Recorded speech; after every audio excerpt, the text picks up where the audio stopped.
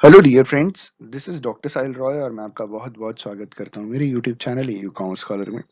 दोस्तों, उम्मीद है आप बहुत अच्छे से होंगे और आपकी तैयारी भी बहुत अच्छी चल रही होगी। हम यूजीसी एनटीए नेट 2021 की प्रिपरेशन कर रहे हैं। आपकी तैयारी को और स्ट्रॉन्ग करने के लिए हम 50 डेज मैराथन लेकर के आए हैं, जिसमें 50 डेज में 50 वीडियोस हम अपलोड करेंगे। हर वीडियो में 100 एमसीक्यूज हैं, तो कुल मिला के 50 वीडियो में आपको 5000 एमसीक्यूज मिलने वाले हैं। दोस्तों, वीडियो हर रोज रात 10 बजे अपलोड हो जाता है। आज डे 30 है। लास्ट 29 डेज में 2900 एमसीक्यूज ऑलरेडी अपलोड कर चुके हैं। दोस्तों, अगर आपने वीडियोस नहीं देखे तो लिंक डिस्क्रिप्शन में मिलेगा, आप उसे जरूर देखिए क्योंकि हर क्वेश्चन बहुत इंपॉर्टेंट है।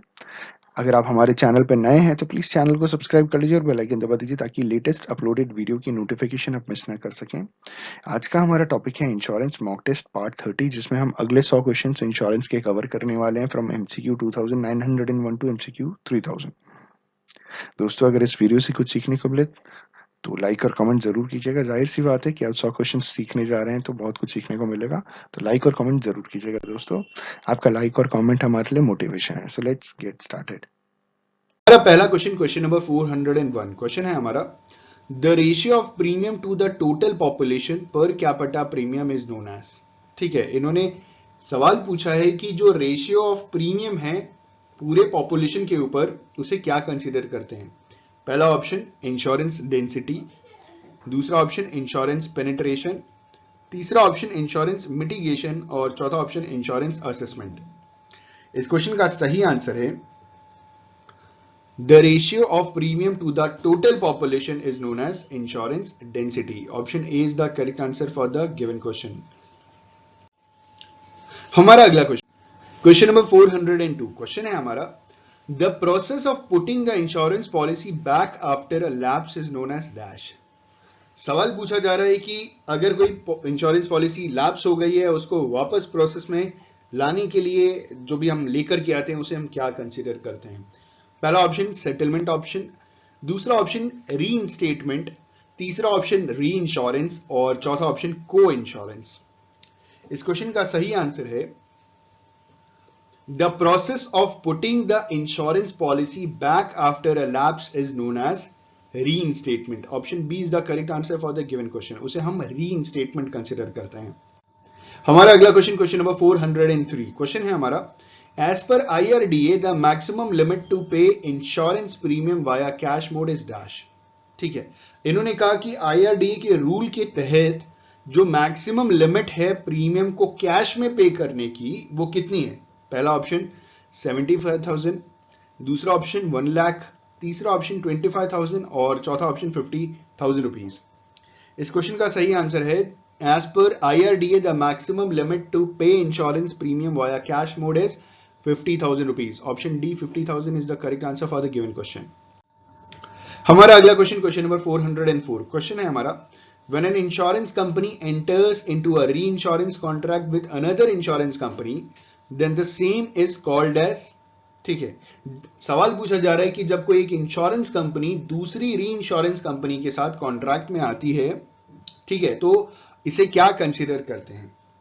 पहला ऑप्शन ट्रीटी री इंश्योरेंस, दूसरा ऑप्शन फैकल्टेटिव री इंश्योरेंस, तीसरा ऑप्शन रिस्क री इंश्योरेंस और चौथा ऑप्शन ट्रेडिशनल री इंश्योरेंस। इस क्वेश्चन का सही आंसर है when an insurance company enters into a reinsurance contract with another insurance company then the same is called treaty reinsurance। Option A treaty reinsurance is the correct answer for the given question। इसे हम क्या consider करेंगे, treaty reinsurance consider करेंगे। ठीक है, अगला question, हमारा अगला क्वेश्चन, क्वेश्चन नंबर 405 क्वेश्चन है हमारा, what is wasting bonus in insurance. सवाल पूछा जा रहा है कि वेस्टिंग बोनस इंश्योरेंस में किसे कहते हैं।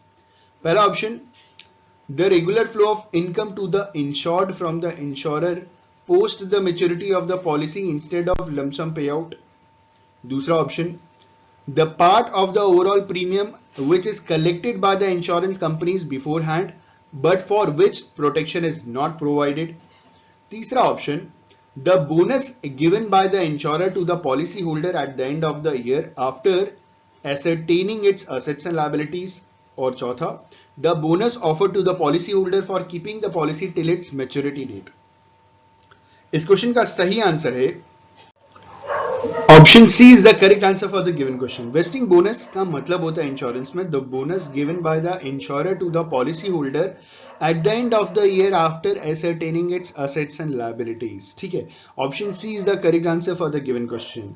वो बोनस जब इंश्योरर अपने असेट्स और लायबिलिटीज को असरटेन करके अपने पॉलिसी होल्डर को जब कोई बोनस देता है तो उसे वेस्टिंग बोनस कहते हैं। Option C is the correct answer for the given question.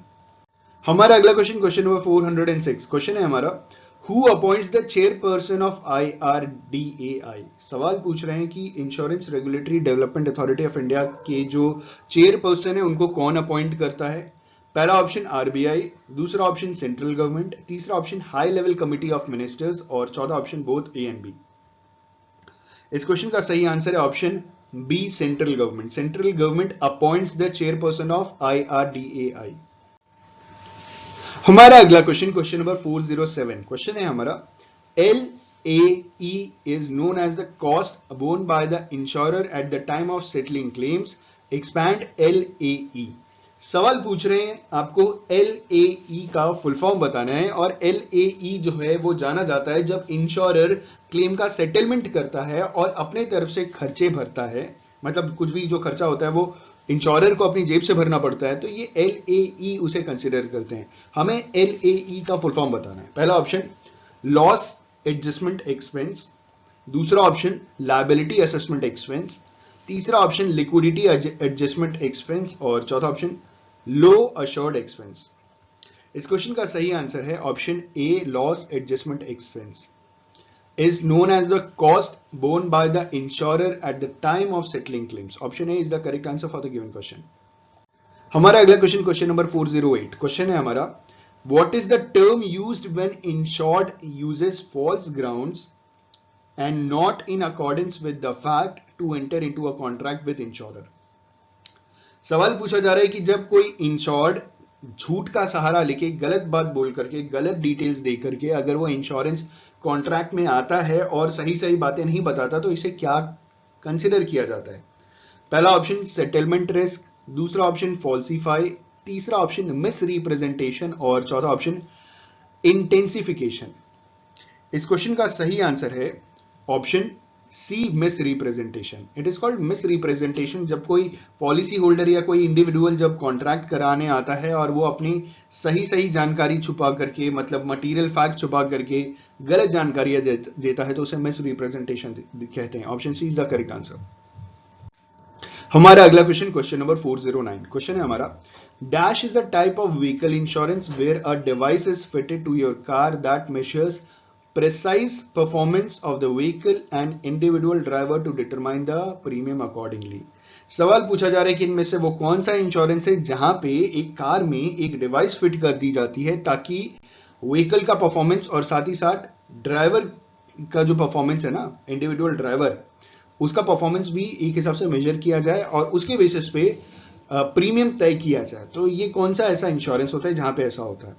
पहला ऑप्शन ऑटो इंश्योरेंस, दूसरा ऑप्शन मोटर इंश्योरेंस, तीसरा ऑप्शन एडवर्स इंश्योरेंस और चौथा ऑप्शन टेलीमेटिक्स इंश्योरेंस।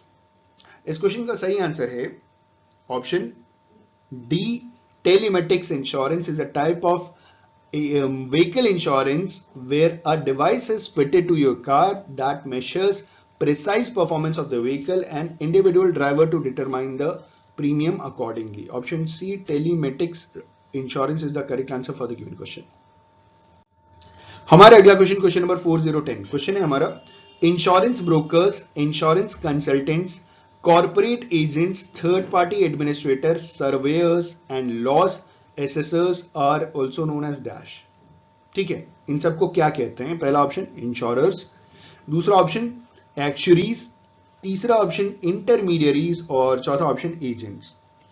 इस क्वेश्चन का सही आंसर है इनको हम इंटरमीडियरीज कंसिडर करते हैं। Option C is the correct answer for the given question.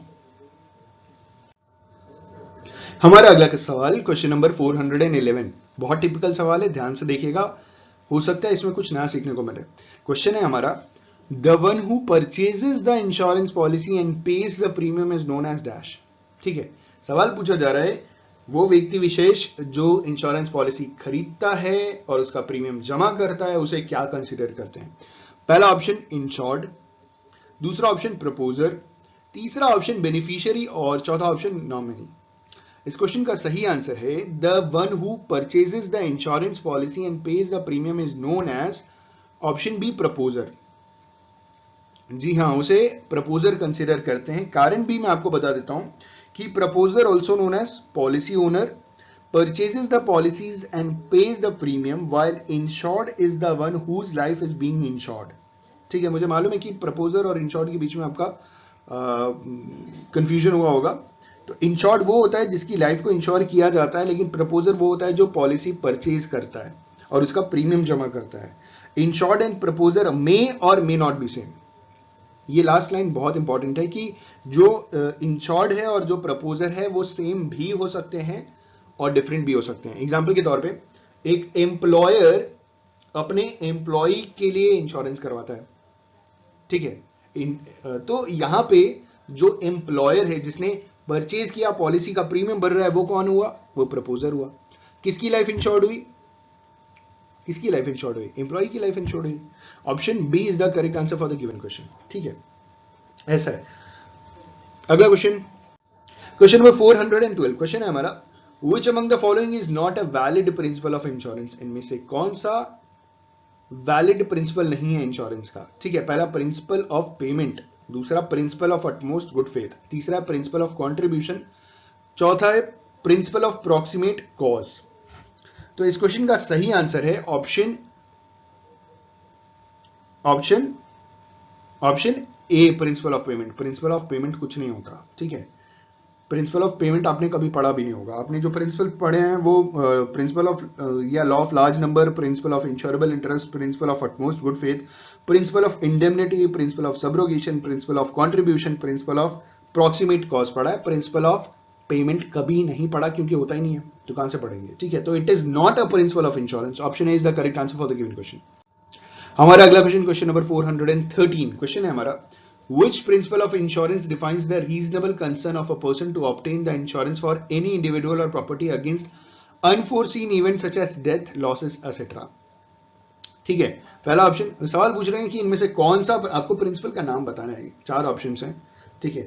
सवाल पूछ रहे हैं कि वो कौन सा प्रिंसिपल है इंश्योरेंस का जो ये डिफाइन करता है कि that you have the reasonable concern of a person to obtain insurance for any individual or property against unforeseen events such as death, losses, etc.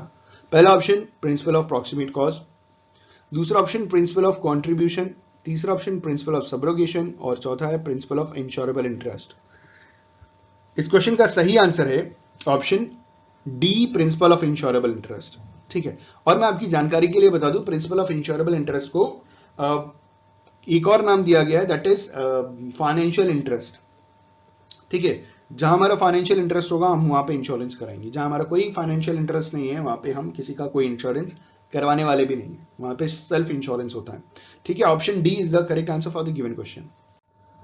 हमारा अगला क्वेश्चन, क्वेश्चन नंबर 414। क्वेश्चन है हमारा name the insurance principle which requires contracting parties to act honestly and not mislead or withhold any information that is essential to the contract। सवाल पूछा जा रहा है कि उस इंश्योरेंस प्रिंसिपल को क्या कंसीडर किया जाता है जहां पे जो कॉन्ट्रैक्टिंग पार्टीज हैं उनको अपनी सारी की सारी जानकारी पूरी की पूरी बतानी जरूरी है, एसेंशियल है, वरना प्रिंसिपल मतलब वरना वो कॉन्ट्रैक्ट वॉइड एब इनिशियो हो जाएगा। मिसलीडिंग जानकारी नहीं दे सकते आप, पूरा ऑनेस्टी बरतना जरूरी है। ठीक है, पहला option principle of insurable interest, दूसरा ऑप्शन प्रिंसिपल ऑफ सब्रोगेशन, तीसरा option principle of utmost good faith और चौथा ऑप्शन प्रिंसिपल ऑफ इंडेमनिटी। इस क्वेश्चन का सही आंसर है उस प्रिंसिपल को कहते हैं principle of utmost good faith. अब मैं इसके बारे में थोड़ा सा जानकारी आपको देना चाहूंगा कि principal of utmost good faith में क्या होता है कि जो देखिए इंश्योरेंस में दो पार्टीज होती हैं, एक इंश्योरर, दूसरा इंश्योर्ड। इंश्योरर इंश्योर्ड को सारे टर्म्स एंड कंडीशंस साफ साफ बताएगा, और जो इंश्योर्ड है, जो एक्चुअली इंश्योरेंस करवाने गया है, एक पॉलिसी होल्डर है, वो सारे के सारे मटेरियल फैक्ट्स डिस्क्लोज करेगा जो जो इंश्योरर उससे पूछेगा। ठीक है, तो और यहाँ पे एसेंशियल क्या है कि आपको कोई भी मिसलीड इंफॉर्मेशन नहीं देना, आपको सारा ऑनेस्टली सारी की सारी इंफॉर्मेशन सही सही बतानी है। अगर आपने उसे गलत बताया तो वहां पे वॉइड एब इनिशियो हो जाएगा, मतलब कॉन्ट्रैक्ट रहेगा ही नहीं। ठीक है, option C is the correct answer for the given question.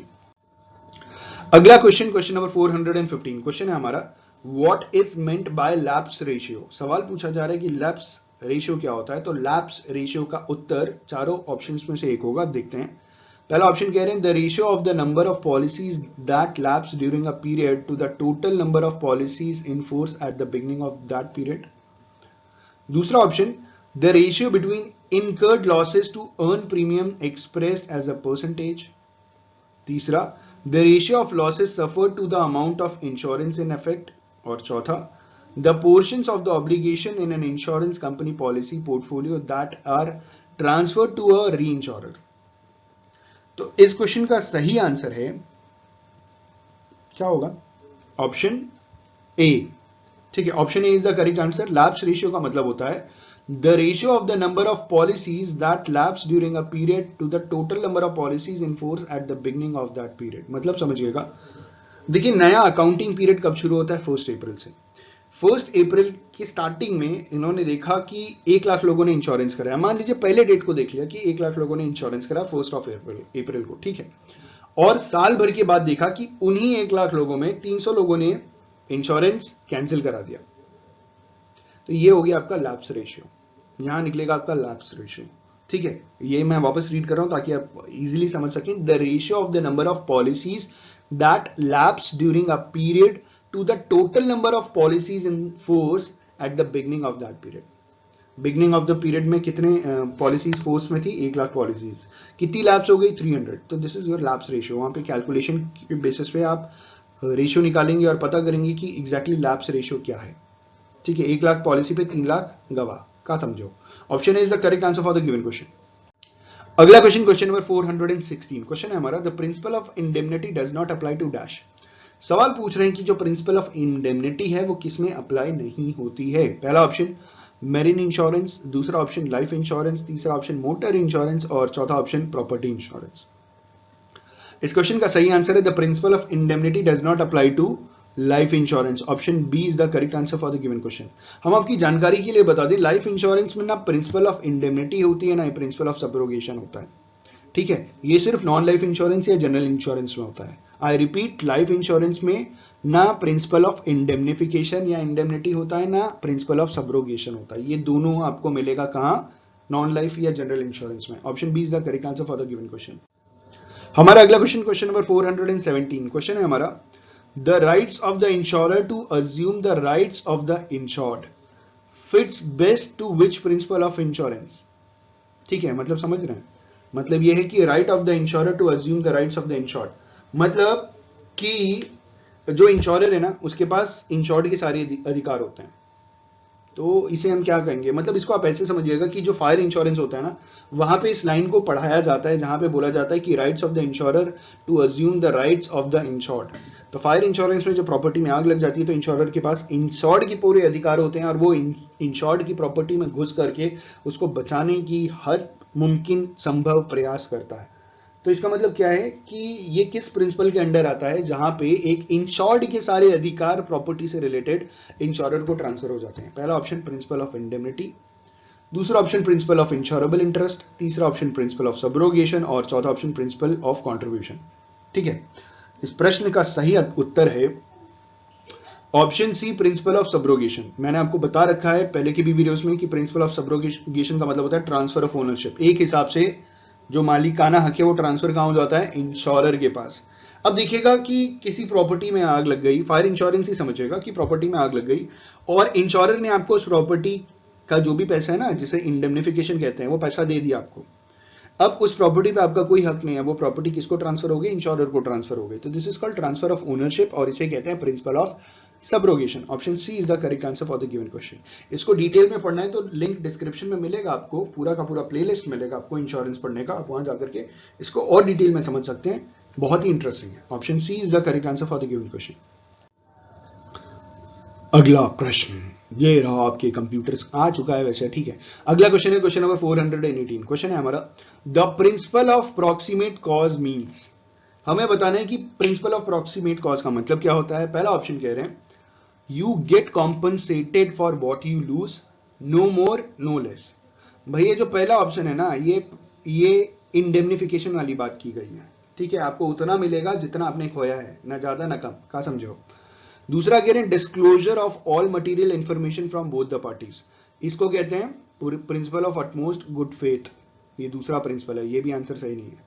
तीसरा कह रहे हैं the more the number of members who are insured, the more likely it is that the actual result would be closer to the expected. अब ये कौन सा है, ये है लॉ ऑफ लार्ज नंबर, ठीक है, आखिरी वाला ही आंसर होगा क्योंकि ऊपर के तीन तो भैया अलग अलग ही थे। आखिरी में देख लेते हैं प्रॉक्सिमेट कॉज का मतलब क्या होता है।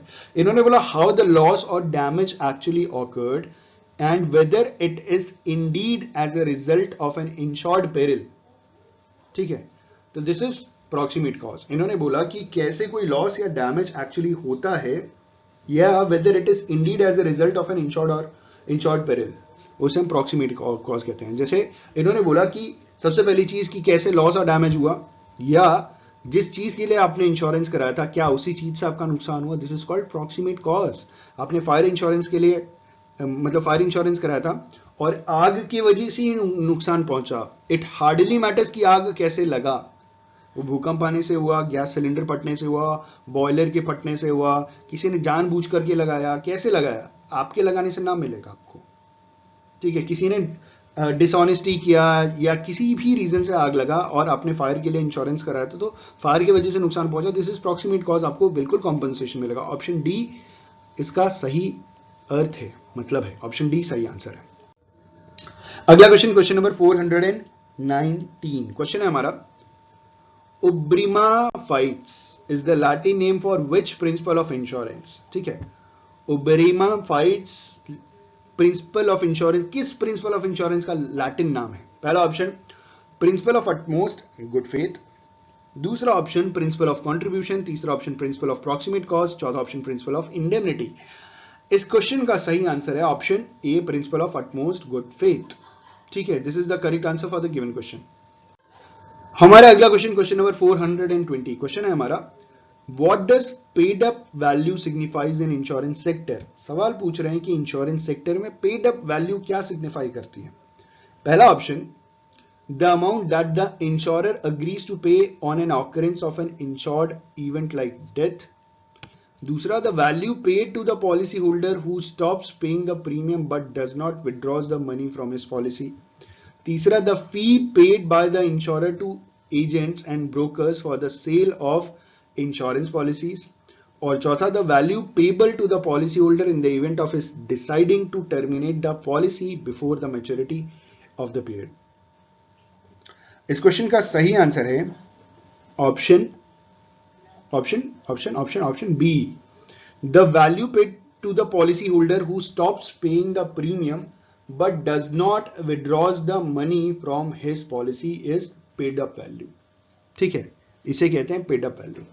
The value paid to the policyholder who stops paying the premium but does not withdraws the money from his policy। मतलब समझ रहे हैं ना, जैसे लाइफ इंश्योरेंस में बेसिकली क्या होता है समझिएगा कि स्टार्टिंग के 3 साल आपको प्रीमियम भरना जरूरी है। आपने अगर देखिए लाइफ इंश्योरेंस मिनिमम 5 साल के लिए होता है, स्टार्टिंग के 3 साल से पहले अगर आपने प्रीमियम भरना बंद कर दिया ना तो आपकी पॉलिसी टर्मिनेट हो जाएगी, तो भी आपको 5 साल का टाइम मिलेगा उसको वापस रीस्टार्ट करने के लिए, ठीक है, वापस उसे कहते हैं रीइंस्टेट करने के लिए, उसका नाम एक दिया गया है, that is called reinstatement of the policy, ठीक।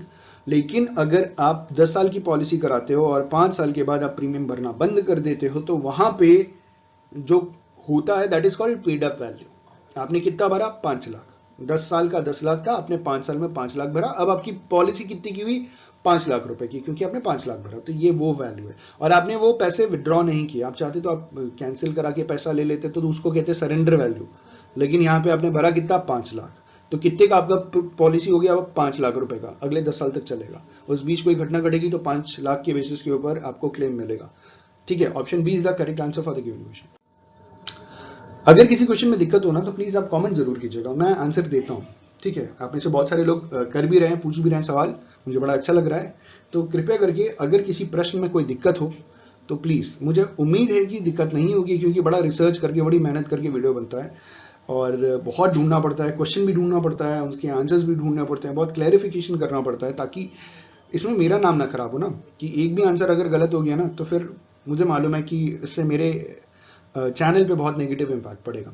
लेकिन देखिए, अगर किसी क्वेश्चन में कोई दिक्कत हो तो प्लीज कमेंट कीजिएगा। अगला क्वेश्चन, क्वेश्चन नंबर 421, क्वेश्चन है हमारा, which among the following insurance company has launched trip protector insurance policy to cover the cancellation of pre-booked flights and hotels। ठीक है, सवाल ये पूछा जा रहा है कि इनमें से कौन सी इंश्योरेंस कंपनी है, ये क्या लाइन टेढ़ी मेढ़ी हो जाती है। हाँ, सवाल ये पूछा जा रहा है कि which among the following insurance company has launched trip protector, मतलब इन्होंने एक इंश्योरेंस पॉलिसी लॉन्च की है जो प्री बुक्ड फ्लाइट्स और होटल्स के कैंसिलेशन का कवर आपको देती है। पहला option ICICI Prudential life insurance policy, दूसरा HDFC Ergo general insurance policy, तीसरा है एगॉन लाइफ इंश्योरेंस कंपनी, और चौथा जो है वो Kotak Mahindra life insurance company. देखिए ध्यान दीजिएगा, यहाँ पे फ्लाइट्स की बात हो रही है और होटल्स की बात हो रही है, तो ये लाइफ इंश्योरेंस है नहीं, ये जनरल इंश्योरेंस है। लेकिन बाकी के तीन ऑप्शंस में आप लाइफ इंश्योरेंस और लाइफ इंश्योरेंस देखेंगे। इस क्वेश्चन का सही आंसर है option B, HDFC Ergo general insurance company.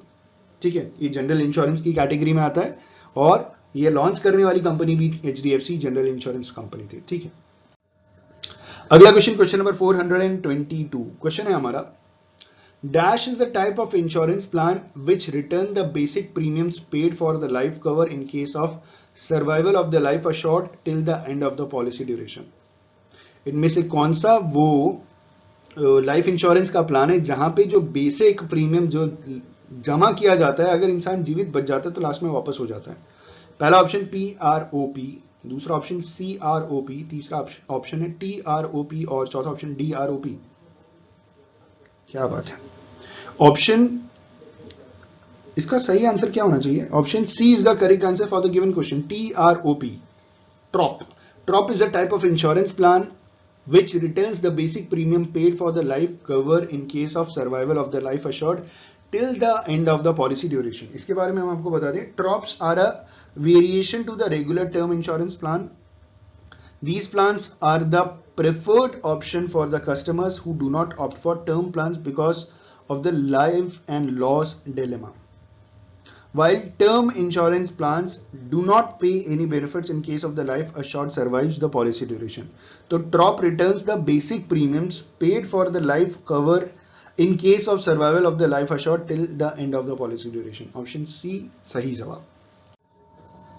हमारा अगला क्वेश्चन, क्वेश्चन नंबर 423, क्वेश्चन है हमारा, as per the IRDAI report the cumulative new business premium for life insurance business in India grew by -% during the April to February 2018-19। सवाल ये पूछा जा रहा है कि IRDA रिपोर्ट के हिसाब से अप्रैल 2018 से फरवरी 2019 के बीच में जो क्यूमुलेटिव न्यू बिजनेस प्रीमियम है लाइफ इंश्योरेंस का, वो कितना परसेंट ग्रो किया है?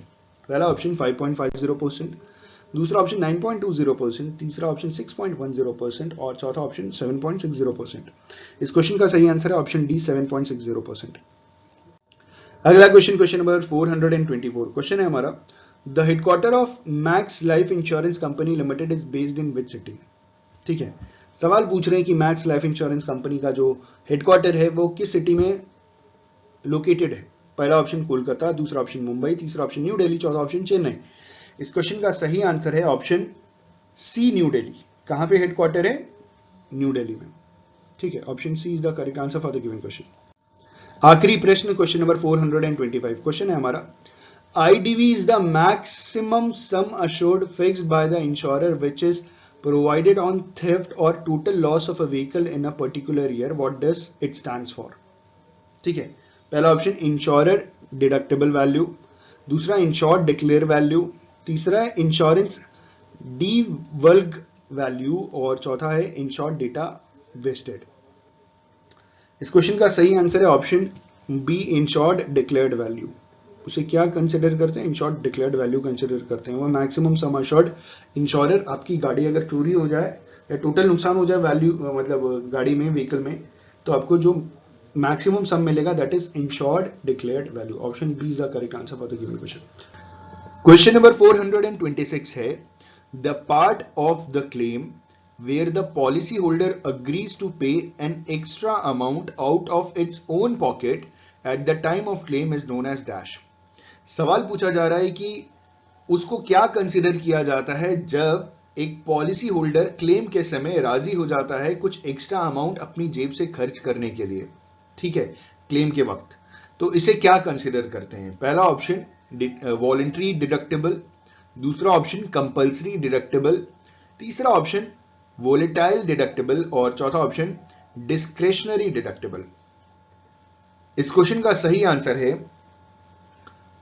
the part of the claim where the policyholder agrees to pay an extra amount out of its own pocket at the time of claim is known as voluntary deductible. Option A, voluntary deductible is the correct answer for the given question.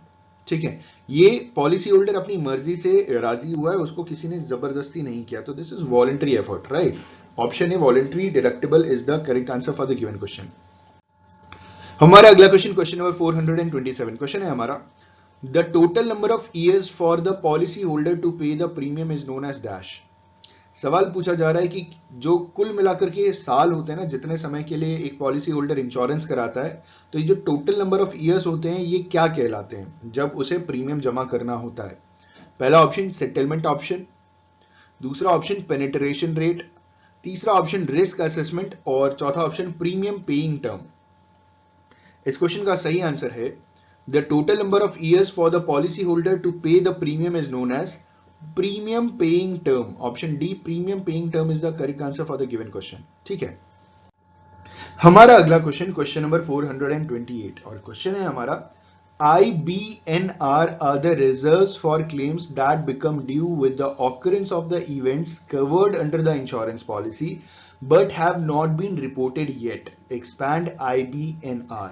ठीक है, सवाल पूछ रहे हैं आईबीएनआर का full form बता दीजिए। चलिए, पहला option initiated but not reported, दूसरा है इनकर्ड बट नॉट रिपोर्टेड, तीसरा है इंड्यूस्ड बट नॉट रिपोर्टेड और चौथा है इंटीमेटेड बट नॉट रिपोर्टेड। इस क्वेश्चन का सही आंसर है option B, incurred but not reported. अब इस चीज को समझिएगा कि ये है क्या। अब जब भी हम इंश्योरेंस करवाते हैं, जैसे मान लीजिए हमने अपनी कार का इंश्योरेंस कराया, ठीक है, और कार चोरी हो गई या कार का एक्सीडेंट हो गया, तो जब तक हम क्लेम नहीं करेंगे हमें इंश्योरर कभी पैसा नहीं देगा। ये बात आप भी समझते हैं।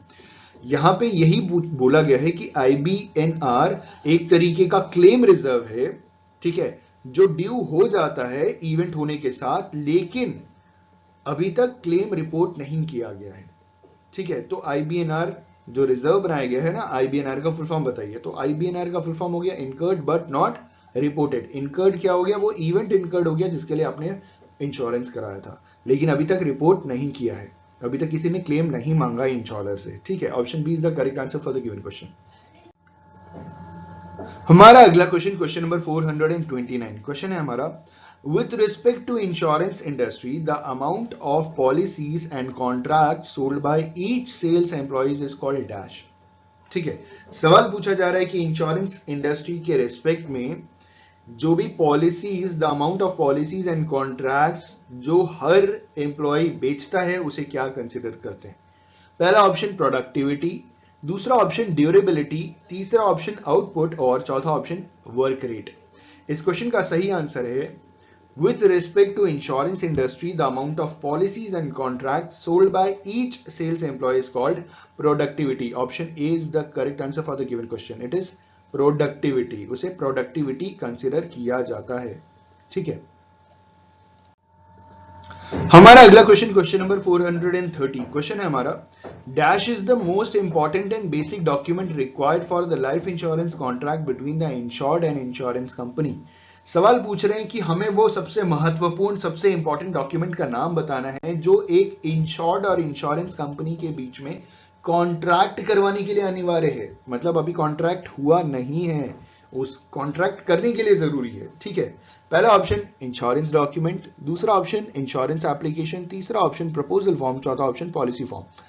इस क्वेश्चन का सही आंसर है, क्योंकि अभी तक इंश्योरेंस हुआ नहीं है, इंश्योरेंस करना है, तो करने के लिए एक इंश्योर्ड क्या भर करके देगा? प्रपोजल फॉर्म भर करके देगा। Option C, proposal form is the most important and basic document required for life insurance contract between the insured and insurance company. Option C, proposal form is the correct answer for the given question. हमारा अगला question, question number 431, question है हमारा The premium paid for term insurance plan is applicable for a tax benefit and the policyholder can claim a deduction up to dash lakh per financial year. सवाल पूछा जा रहा है कि जो भी प्रीमियम पे किया जाता है टर्म इंश्योरेंस प्लान पे, तो वहां पे आपको टैक्स डिडक्शंस मिलते हैं, ठीक है। तो एक पॉलिसी होल्डर साल भर में, एक फाइनेंशियल ईयर में कितने लाख रुपए तक का क्लेम कर सकता है अपने टैक्स डिडक्शंस में, ठीक है। पहला ऑप्शन 1 लाख, दूसरा ऑप्शन 2.5 लाख, तीसरा ऑप्शन 1.5 लाख और चौथा ऑप्शन 2 लाख। इस क्वेश्चन का सही आंसर है ऑप्शन सी 1.5 लाख।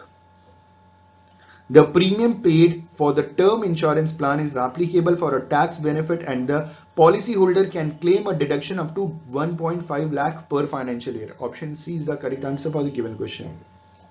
हमारा अगला क्वेश्चन नंबर 432 क्वेश्चन है हमारा, What is the maximum tenure of single premium life insurance policies? सवाल पूछ रहे हैं कि जो single premium life insurance policy होती है उसका मैक्सिमम टेन्योर कितना होता है, वो कितने समय के लिए चलता है मैक्सिमम, ठीक है, उससे ज्यादा नहीं हो सकता। मतलब आप समझ रहे हैं ना कि नॉर्मली लाइफ इंश्योरेंस पॉलिसी में हम monthly, quarterly, half yearly, annually premium जमा करते हैं, लेकिन दूसरी जो पॉलिसी होती है ना उसमें आप एक बार में पूरा प्रीमियम जमा कर देते हो, ठीक है। आपने जो single premium life insurance policy ले ली ना, जहां पे आपने एक बार प्रीमियम जमा करके लाइफ इंश्योरेंस पॉलिसी ले ली, उसका मैक्सिमम टाइम पीरियड जो टेन्योर है ना वो कितना हो सकता है। होप क्वेश्चन समझ में आया होगा। पहला ऑप्शन 5 इयर्स, दूसरा ऑप्शन 10 इयर्स, तीसरा ऑप्शन 7 इयर्स, चौथा ऑप्शन 12 इयर्स। इस क्वेश्चन का सही आंसर है ऑप्शन बी 10 इयर्स। आपने एक बार प्रीमियम जमा किया, अब आप 10 साल के लिए सिक्योर हो गए, अब आपको 10 साल तक कोई प्रीमियम जमा नहीं करना और 10 साल तक आप इंश्योर्ड हो, ठीक है। Option B 10 years is the correct answer for the given question. हमारा अगला क्वेश्चन नंबर 433 क्वेश्चन है हमारा, a type of term insurance with the premium payable throughout the selected terms remains the same for a pre-fixed sum assured is known as dash। सवाल पूछा जा रहा है कि देखिए, इसको एग्जाम्पल के तौर पे समझिएगा कि आपने 10 साल का 10 लाख रुपए का इंश्योरेंस कराया, अब आपको हर साल 1-1 लाख रुपए जमा करना पड़ रहा है, तो यहाँ पे जो प्री फिक्स्ड सम अश्योर्ड है वो 10 लाख रुपीज हो गया। ये जो प्री फिक्स्ड सम अश्योर्ड की बात की जा रही है 10 लाख रुपीज हो गया। और इन्होंने बोला है कि सेलेक्टेड टर्म्स जो है ना premium payable through out the selected terms remains the same. तो ये जो प्रीमियम आप जमा करेंगे 10 साल में 10 लाख रुपए, तो जो जिस बेसिस पे आप प्रीमियम जमा करेंगे ना, monthly, half yearly, quarterly, annually जो भी होगा, वो आपको सेम अमाउंट आपको हर बार जमा करना पड़ेगा एज अ प्रीमियम। जैसे आप हर साल जमा करेंगे तो 1-1 लाख रुपए जमा करना है, अगर आप हर 6 महीने पे जमा करेंगे तो 50-50 हजार रुपए जमा करना पड़ेगा 10 साल तक, तो 10 लाख रुपए होगा ना। अगर आप हर क्वार्टरली जमा करेंगे, मतलब हर 3 महीने पे जमा करेंगे, तो हर 3 महीने पे 25-25 हजार जमा करना पड़ेगा। तो इस टाइप के प्रीमियम को क्या कंसिडर किया जाता है, ठीक है। पहला ऑप्शन डिक्रीजिंग टर्म इंश्योरेंस, दूसरा option term insurance with return of premiums, तीसरा ऑप्शन कन्वर्टेबल टर्म इंश्योरेंस और चौथा option level premium term insurance. इस क्वेश्चन का सही आंसर है option D level premium term insurance. अब मैं आपकी जानकारी के लिए बता दूं कि जो भी प्रीमियम जमा किया जाता है ना वो दो तरीके से किया जाता है, या तो सिंगल लेवल प्रीमियम होता है, मतलब आपने एक बार में पूरा पैसा जमा कर दिया, और एक होता है लेवल प्रीमियम्स, ठीक है। लेवल प्रीमियम्स में क्या होता है कि आप monthly, quarterly, half yearly, annually, biannually आप अपने हिसाब से चूज कर लेते हैं और उस हिसाब से आपको प्रीमियम जमा करना पड़ता है। तो यहां जो सवाल पूछा जा रहा था वो लेवल प्रीमियम टर्म इंश्योरेंस के बारे में पूछा जा रहा था। Option D is the correct answer for the given question. हमारा अगला क्वेश्चन नंबर 434 क्वेश्चन है हमारा, The pre-decided amount that the insurance company pays to the policy holder when the insured event takes place is known as dash। सवाल पूछ रहे हैं कि आपने मान लीजिए फायर के लिए फायर इंश्योरेंस करा लिया, ठीक है, और उसी फायर से नुकसान हुआ। आपने अपनी फैक्ट्री का इंश्योरेंस कराया था जिसकी वर्थ मान लीजिए 100 करोड़ थी, ठीक है, फैक्ट्री बड़ी होती है ना, फैक्ट्री की वर्थ 100 करोड़ थी और आपने फायर इंश्योरेंस कराया और फायर से ही आपकी फैक्ट्री को नुकसान पहुंचा। तो जो इंश्योरेंस कंपनी थी उसने जो 100 करोड़ का इंश्योरेंस किया था, तो ये जो प्री डिसाइडेड अमाउंट है ना 100 करोड़ रुपीस, इसे क्या कंसीडर करेंगे जो आपको इंश्योरेंस कंपनी पे करेगी फायर होने के बाद, मतलब आग से नुकसान पहुंचने के बाद, ठीक है। पहला ऑप्शन सम अश्योर्ड, दूसरा ऑप्शन पॉलिसी प्रोसीड्स, तीसरा ऑप्शन सम इंश्योर्ड और चौथा ऑप्शन पॉलिसी